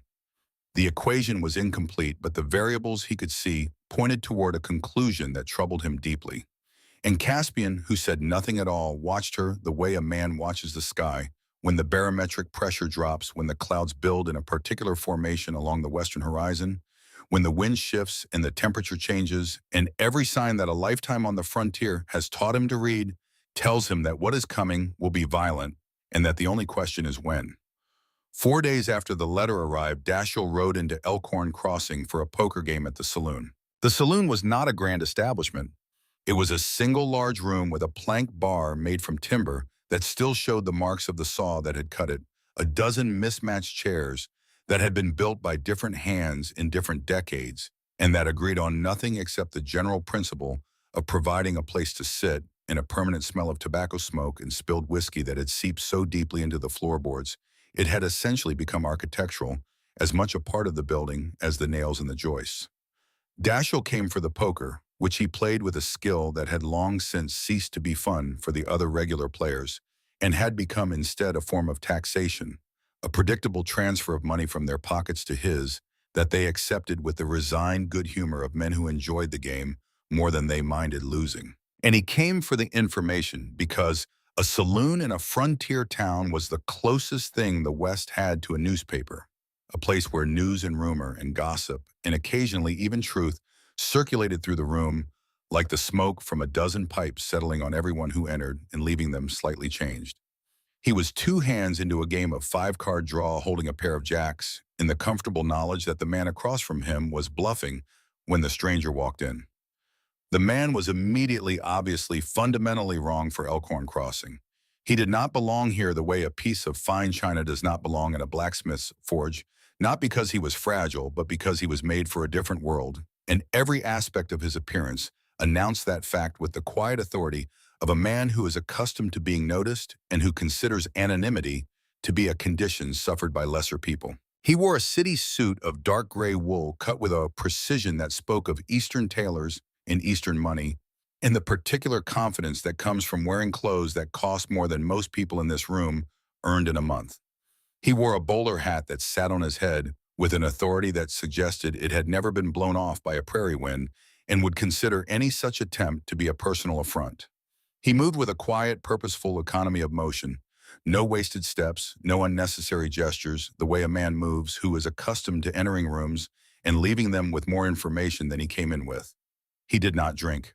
He ordered a whiskey, placed it on the bar in front of him, and let it sit there untouched, a prop rather than a beverage, a signal that he was participating in the social ritual of the saloon without actually submitting to it. He listened. He watched the room with eyes that cataloged everything and revealed nothing, gray eyes that were flat and professional and as expressive as river stones. And then with the practiced casualness of a man who has asked questions in 1,000 rooms, in 1,000 towns, and who has refined the technique to an art form, he struck up a conversation with Mr. Pardee, who had come in for his nightly glass of beer. Dashiell, whose ears were tuned to the frequencies of deception, the way a piano is tuned to middle C, heard the question clearly, despite the noise of the room, despite the clatter of chips and the murmur of conversation, and the sound of Virgil Stubbs in the corner telling a story about a bear that no one believed and everyone enjoyed. I understand the Dunmore Ranch has taken on a new member of the household recently. A young woman, I believe. I would be most interested to know her name and circumstances. The words were polite, neutral, delivered with the flat affect of professional inquiry, the voice of a man who is asking about the weather or the price of grain. But they hit Dashiell's nervous system like a bolt of lightning. Every instinct he possessed, every alarm bell that a lifetime of reading people had installed in his body went off simultaneously. He folded his poker hand. He excused himself from the table with a casualness that cost him considerable effort, the effort of a man pretending that his heart is not suddenly hammering in his chest. And he spent the next hour watching the stranger from across the room, nursing a whiskey he did not taste, assembling facts with the cold, systematic precision of a man building a case. The man spoke to 3 more people before the evening was out. Each conversation followed the same pattern. Friendly opening a compliment, a bought drink. Gradual narrowing of focus, the broad questions becoming specific, the casual becoming pointed. The name Dunmore introduced as though it were simply another topic of passing interest, no more significant than the weather or the cattle prices. And then the question about the woman asked as an afterthought, almost negligent, as though he had nearly forgotten to ask and was including it only out of professional completeness. It was expert work. Dashiell recognized the technique because it was in its essential structure identical to the way he himself extracted information from opponents across a poker table. The man was not asking questions. He was playing a hand controlling the flow of information, directing the conversation toward a predetermined destination while allowing his targets to believe they were speaking freely. This man was a professional, and he was looking for Elowen. Dashiell rode home hard that night, pushing his horse faster than was safe on the dark trail, the cold mountain air cutting through his shirt and the cold certainty in his gut cutting through everything else. The trail wound through stands of black timber that were invisible in the darkness, trees that existed only as absences, darker shapes against the dark sky, and the horse navigated them with the sure-footed confidence of an animal that had run this path 100 times and did not need light to find its way. He arrived at the ranch after the household had gone to bed, but the light in the kitchen told him what it always told him. Caspian was the last one awake. Caspian was always the last one awake, sitting in the kitchen by the lamp performing whatever maintenance task required his attention. Cleaning a rifle, or mending a harness, or simply sitting in the silence of his own thoughts, keeping watch over the house the way a lighthouse keeps watch over a coast. He found his brother at the table cleaning a rifle by lamplight, with the methodical attention he gave to all maintenance tasks, each piece disassembled and wiped and oiled and reassembled with the precision of a man who understood that a tool's reliability was directly proportional to the care invested in its upkeep. "There is a man in town," Dashiell said without preamble, pulling off his hat and dropping into a chair across from his brother. "City clothes, bowler hat, moves like law, but he is not from any agency I recognize. He is asking about Elowen, specifically, by description if not by name. He talked to Pardee, to the bartender, to old Sullivan, who runs the livery." Caspian's hands stilled on the rifle. He did not look up.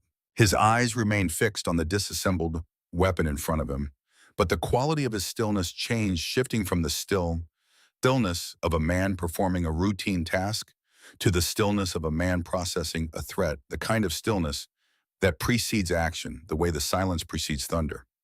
"What kind of questions?" he asked. "The kind a man asks when he is being paid to find someone who does not want to be found."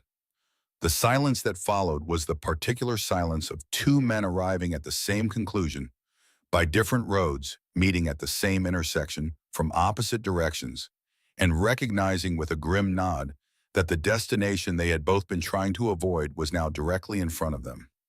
Dashiell had suspected since the first day that Elowen was running from something. The rehearsed answer on the wagon trail, the way she held the wicker basket, the way she slept with one ear listening for sounds that did not belong to the house. He had filed these observations away the way he filed poker tells noted and cataloged and stored for the moment when they would become useful. Now the moment had arrived and the observations assembled themselves into a picture that was clear and complete and deeply personally alarming. Caspian had known it longer, had felt it in his bones since the night he heard her crying through the walls, since the night he stood in the hallway and heard her whisper her apology to a dead father.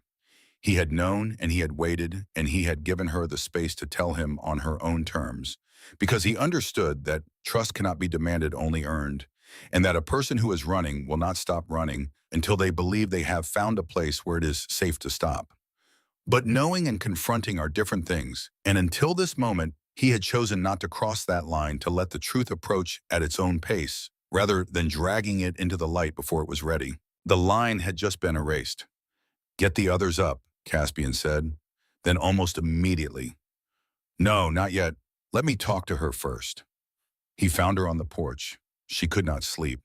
The fear that had returned with Mrs. Poole's letter had settled into her body like a chronic illness, disrupting her rest and stealing her appetite, and turning every sound, every creak of the house, every distant coyote call, every gust of wind against the windows into a potential threat. The world had become a place full of approaching footsteps again, and she could not make it stop, could not force herself back into the fragile peace she had built over 3 weeks, because the peace had been built on the hope that she had outrun the thing chasing her, and the hope was gone. She was sitting on the bench by the door with her shawl pulled tight around her shoulders, staring at the stars with the expression of someone trying to memorize the sky in case she never sees it again. The constellations she had taught Rowan were all there: Cassiopeia and Orion, and the Great Bear, turning its slow wheel around the North Star, and they looked different tonight, not like friends, but like witnesses, distant and impartial, and utterly indifferent to the small catastrophes of human life. "Elowen," Caspian said from the doorway. His voice was low, careful, calibrated with the particular gentleness of a man approaching something that might bolt. She did not turn. "I know why you are here," she said. "Dashiell saw him." "Yes." A long silence. The wind moved through the pines with a sound like breathing, the slow inhalation and exhalation of the mountains themselves. "I have not been entirely honest with you, Broad. I reckoned as much."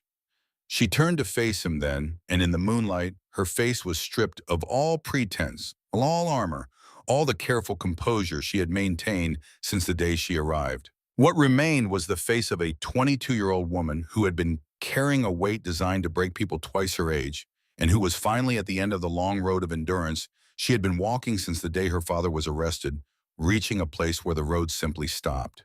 She told him. Not all of it, not the deepest and most dangerous parts, the parts that lived in the place where the grief was sharpest and the guilt was heaviest, but enough to build a foundation that was not a lie. Enough to trust him with the shape of the truth, even if she was not yet ready to trust him with every detail of its contents. She told him about her father, Edmund Sinclair, the clockmaker and inventor. A brilliant man whose mind worked like the mechanisms he built with precision and elegance, and an obsessive attention to the relationship between parts, each gear turning the next in a chain of causation that produced, when everything was aligned correctly, something beautiful and functional and true. A gentleman, a man who believed in the fundamental goodness of people with the same faith that other men placed in God, or gravity, a faith that was not blind, but was perhaps too generous, too willing to extend credit to the human character, too slow to recognize the particular kind of evil that wears expensive suits and shakes your hand while reaching for your wallet with the other. He had taken on a business partner named Phineas Osgood to finance his most ambitious invention, an improved industrial steam valve that could revolutionize manufacturing. The partnership had been Edmund's idea. He had approached Osgood himself, drawn by the man's wealth and polish, and the seemingly sincere interest he showed in Edmund's work, the way a moth is drawn by a light that looks like warmth but is in fact the prelude to destruction. Osgood was a thief, but not the crude kind, not the kind that breaks windows and grabs silverware and runs into the night, the kind that shakes your hand and smiles at your children and compliments your wife's cooking and steals your life's work with a pen and a forged signature while you are looking the other way, while you are trusting him because you believe in your gentle and generous and fatally naive way that the hand shaking yours is the hand of a friend. He had embezzled from the company, systematically diverting funds into accounts that only he controlled. He had stolen the patent paperwork for the steam valve, replacing Edmund's original filings with altered documents that listed Osgood as the sole inventor. And when the discrepancies inevitably surfaced, when the numbers stopped adding up, And the questions started being asked. Osgood had done what men of his kind always do. He had pointed the finger at the only other man in the room. Edmund Sinclair was arrested on charges of fraud and patent theft. The trial was a formality, a theatrical production staged for an audience that had already decided the verdict before the curtain rose. Osgood had money, he had connections, he had a carefully constructed trail of false evidence that led with damning precision to Edmund Sinclair's doorstep. Edmund had none of these things. He had only his inventions, his integrity, and his bewildered insistence that there had been a terrible mistake. He said it over and over in the courtroom and in the newspapers and in the letters he wrote from prison. A terrible mistake. As though the destruction of his life were an error of bookkeeping rather than an act of deliberate malice, as though the man who had ruined him had simply got in the numbers wrong rather than having planned the ruin from the beginning. He was convicted. He was sent to prison. And 18 months later, in a cold cell in a Massachusetts penitentiary, Edmund Sinclair died of pneumonia. He was 51 years old.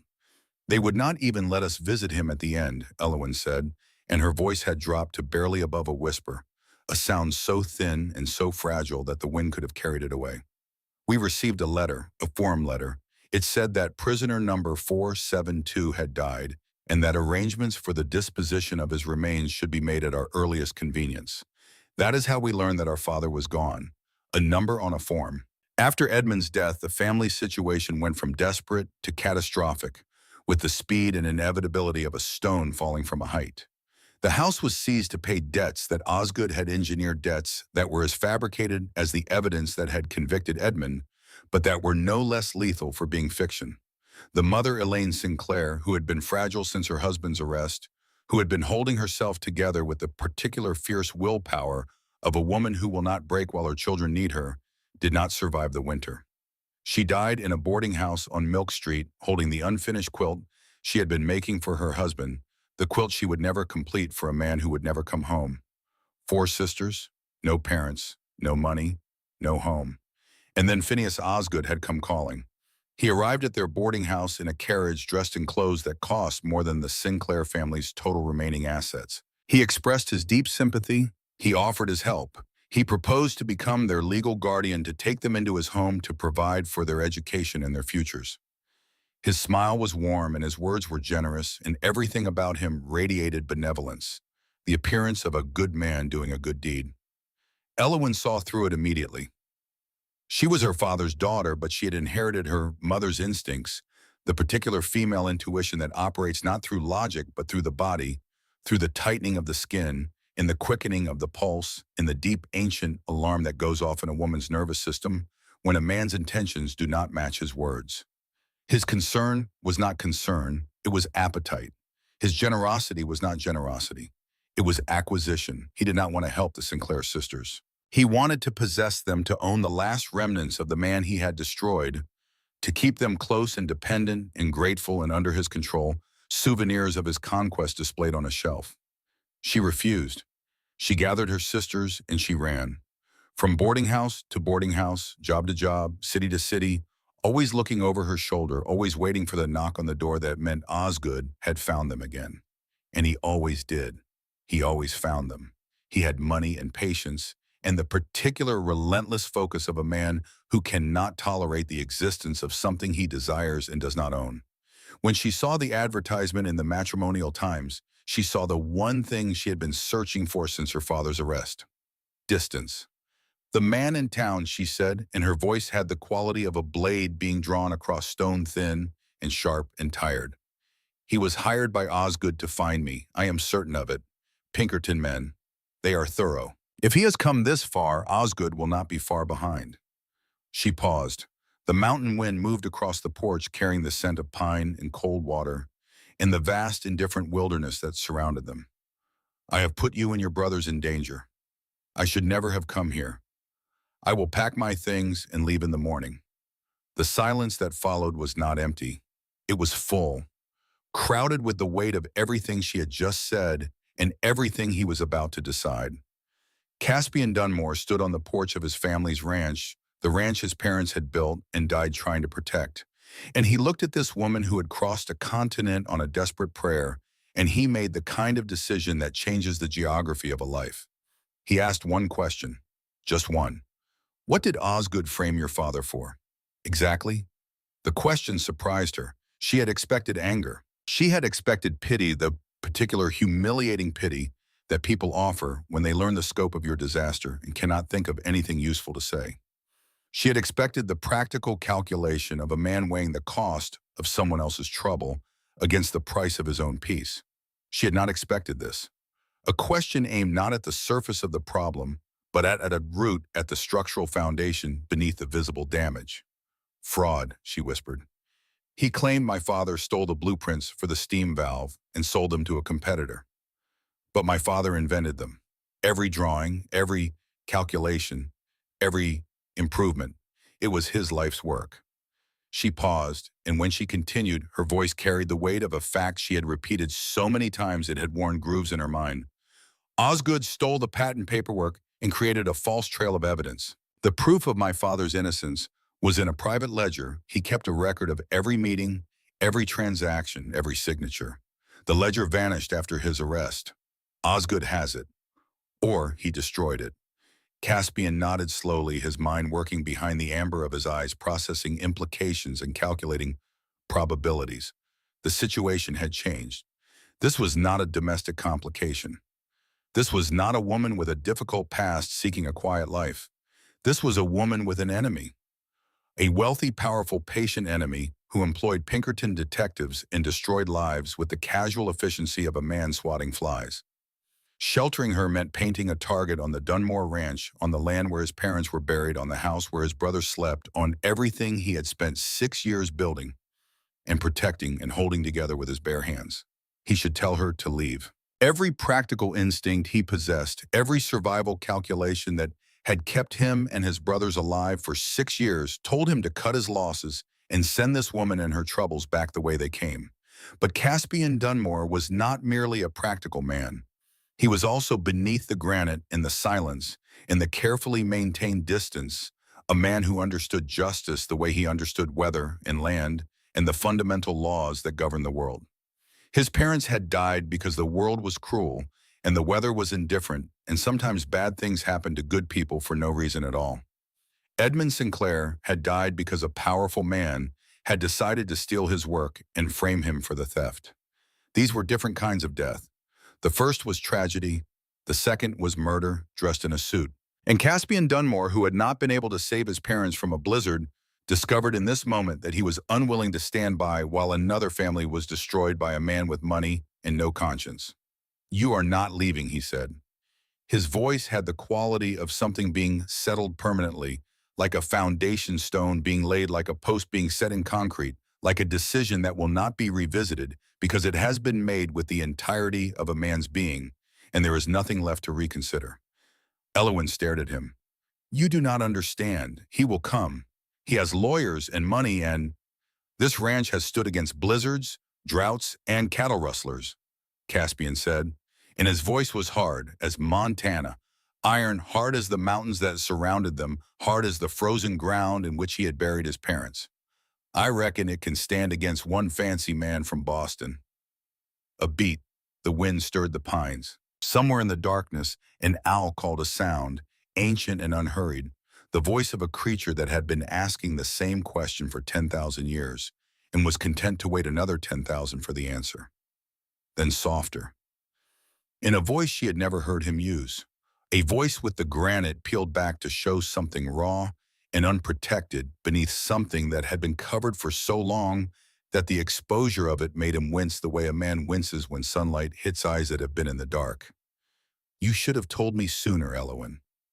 It was the first time he had used her given name, not Miss Sinclair, not the formal address of a stranger speaking to a stranger across the carefully maintained distance of propriety and arrangement in the fiction that they were anything less to each other than what they were becoming.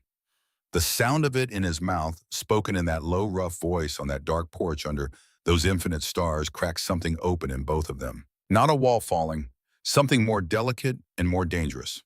A door, long sealed, swinging open on rusted hinges, revealing a room that neither of them had entered in years. A room where the air was different and the light was different, and the rules that governed everything outside did not apply. She looked up at him. He looked down at her. and the thing between them shifted quietly and irrevocably from the transactional arrangement of a mail-order bride and a rancher who needed help into something that neither of them had words for yet, but that both of them recognized with a certainty that went beyond language and beyond logic and beyond the careful rational calculations that had governed their lives until this moment. They were in this together now. Whatever came next, they would face it side by side. Neither of them slept that night. The following morning, Caspian gathered his brothers in the barn, while Elowin tended the garden, and he told them everything. He stood in the center of the barn, with the morning light slanting through the gaps in the timber, and the horses shifting in their stalls, and the smell of hay and leather, and the particular earthy warmth of animals in an enclosed space, and he laid out the situation with the directness of a man who does not believe in softening the edges of hard facts. Rowan's reaction was immediate and combustible. His amber eyes, so like his father's, blazed with a fury that was pure and uncomplicated in the way that only the young can manage a rage unlooted by calculation or compromise. "No one sends her away," he said, and his voice cracked with the intensity of a boy who has just discovered that he has a sister and is prepared to fight anyone and anything that threatens to take her from him. "No one." Dashiell nodded slowly, his eyes sharp, his face stripped of its customary amusement. He had suspected from the first day. Now the suspicion had been confirmed, and the confirmation shifted him from observer to participant, from the man watching the game to the man playing it. His mind was already moving, running scenarios, calculating odds, looking for the angle that would give them an advantage. Soren was quiet for a long time, longer than the others, his silence the silence of a mind working at full capacity. He stood with his arms crossed and his head slightly bowed, processing the information with the methodical thoroughness that was his gift. Then he spoke. "I need to see the guardianship papers he is going to bring, and I need time with my law books." Caspian looked at each of them. These three men, his brothers, the people he had carried on his shoulders for 6 years, who had grown in the carrying from boys into men, each one different, each one essential. "We hold," he said, "no one in this house gets handed over to a man who destroys families for sport." The brothers nodded. 4 men in a barn standing in slanted light, making a decision that none of them fully understood the cost of, but that all of them understood was right. The wall around the Dunmore ranch had just gotten 4 men thicker.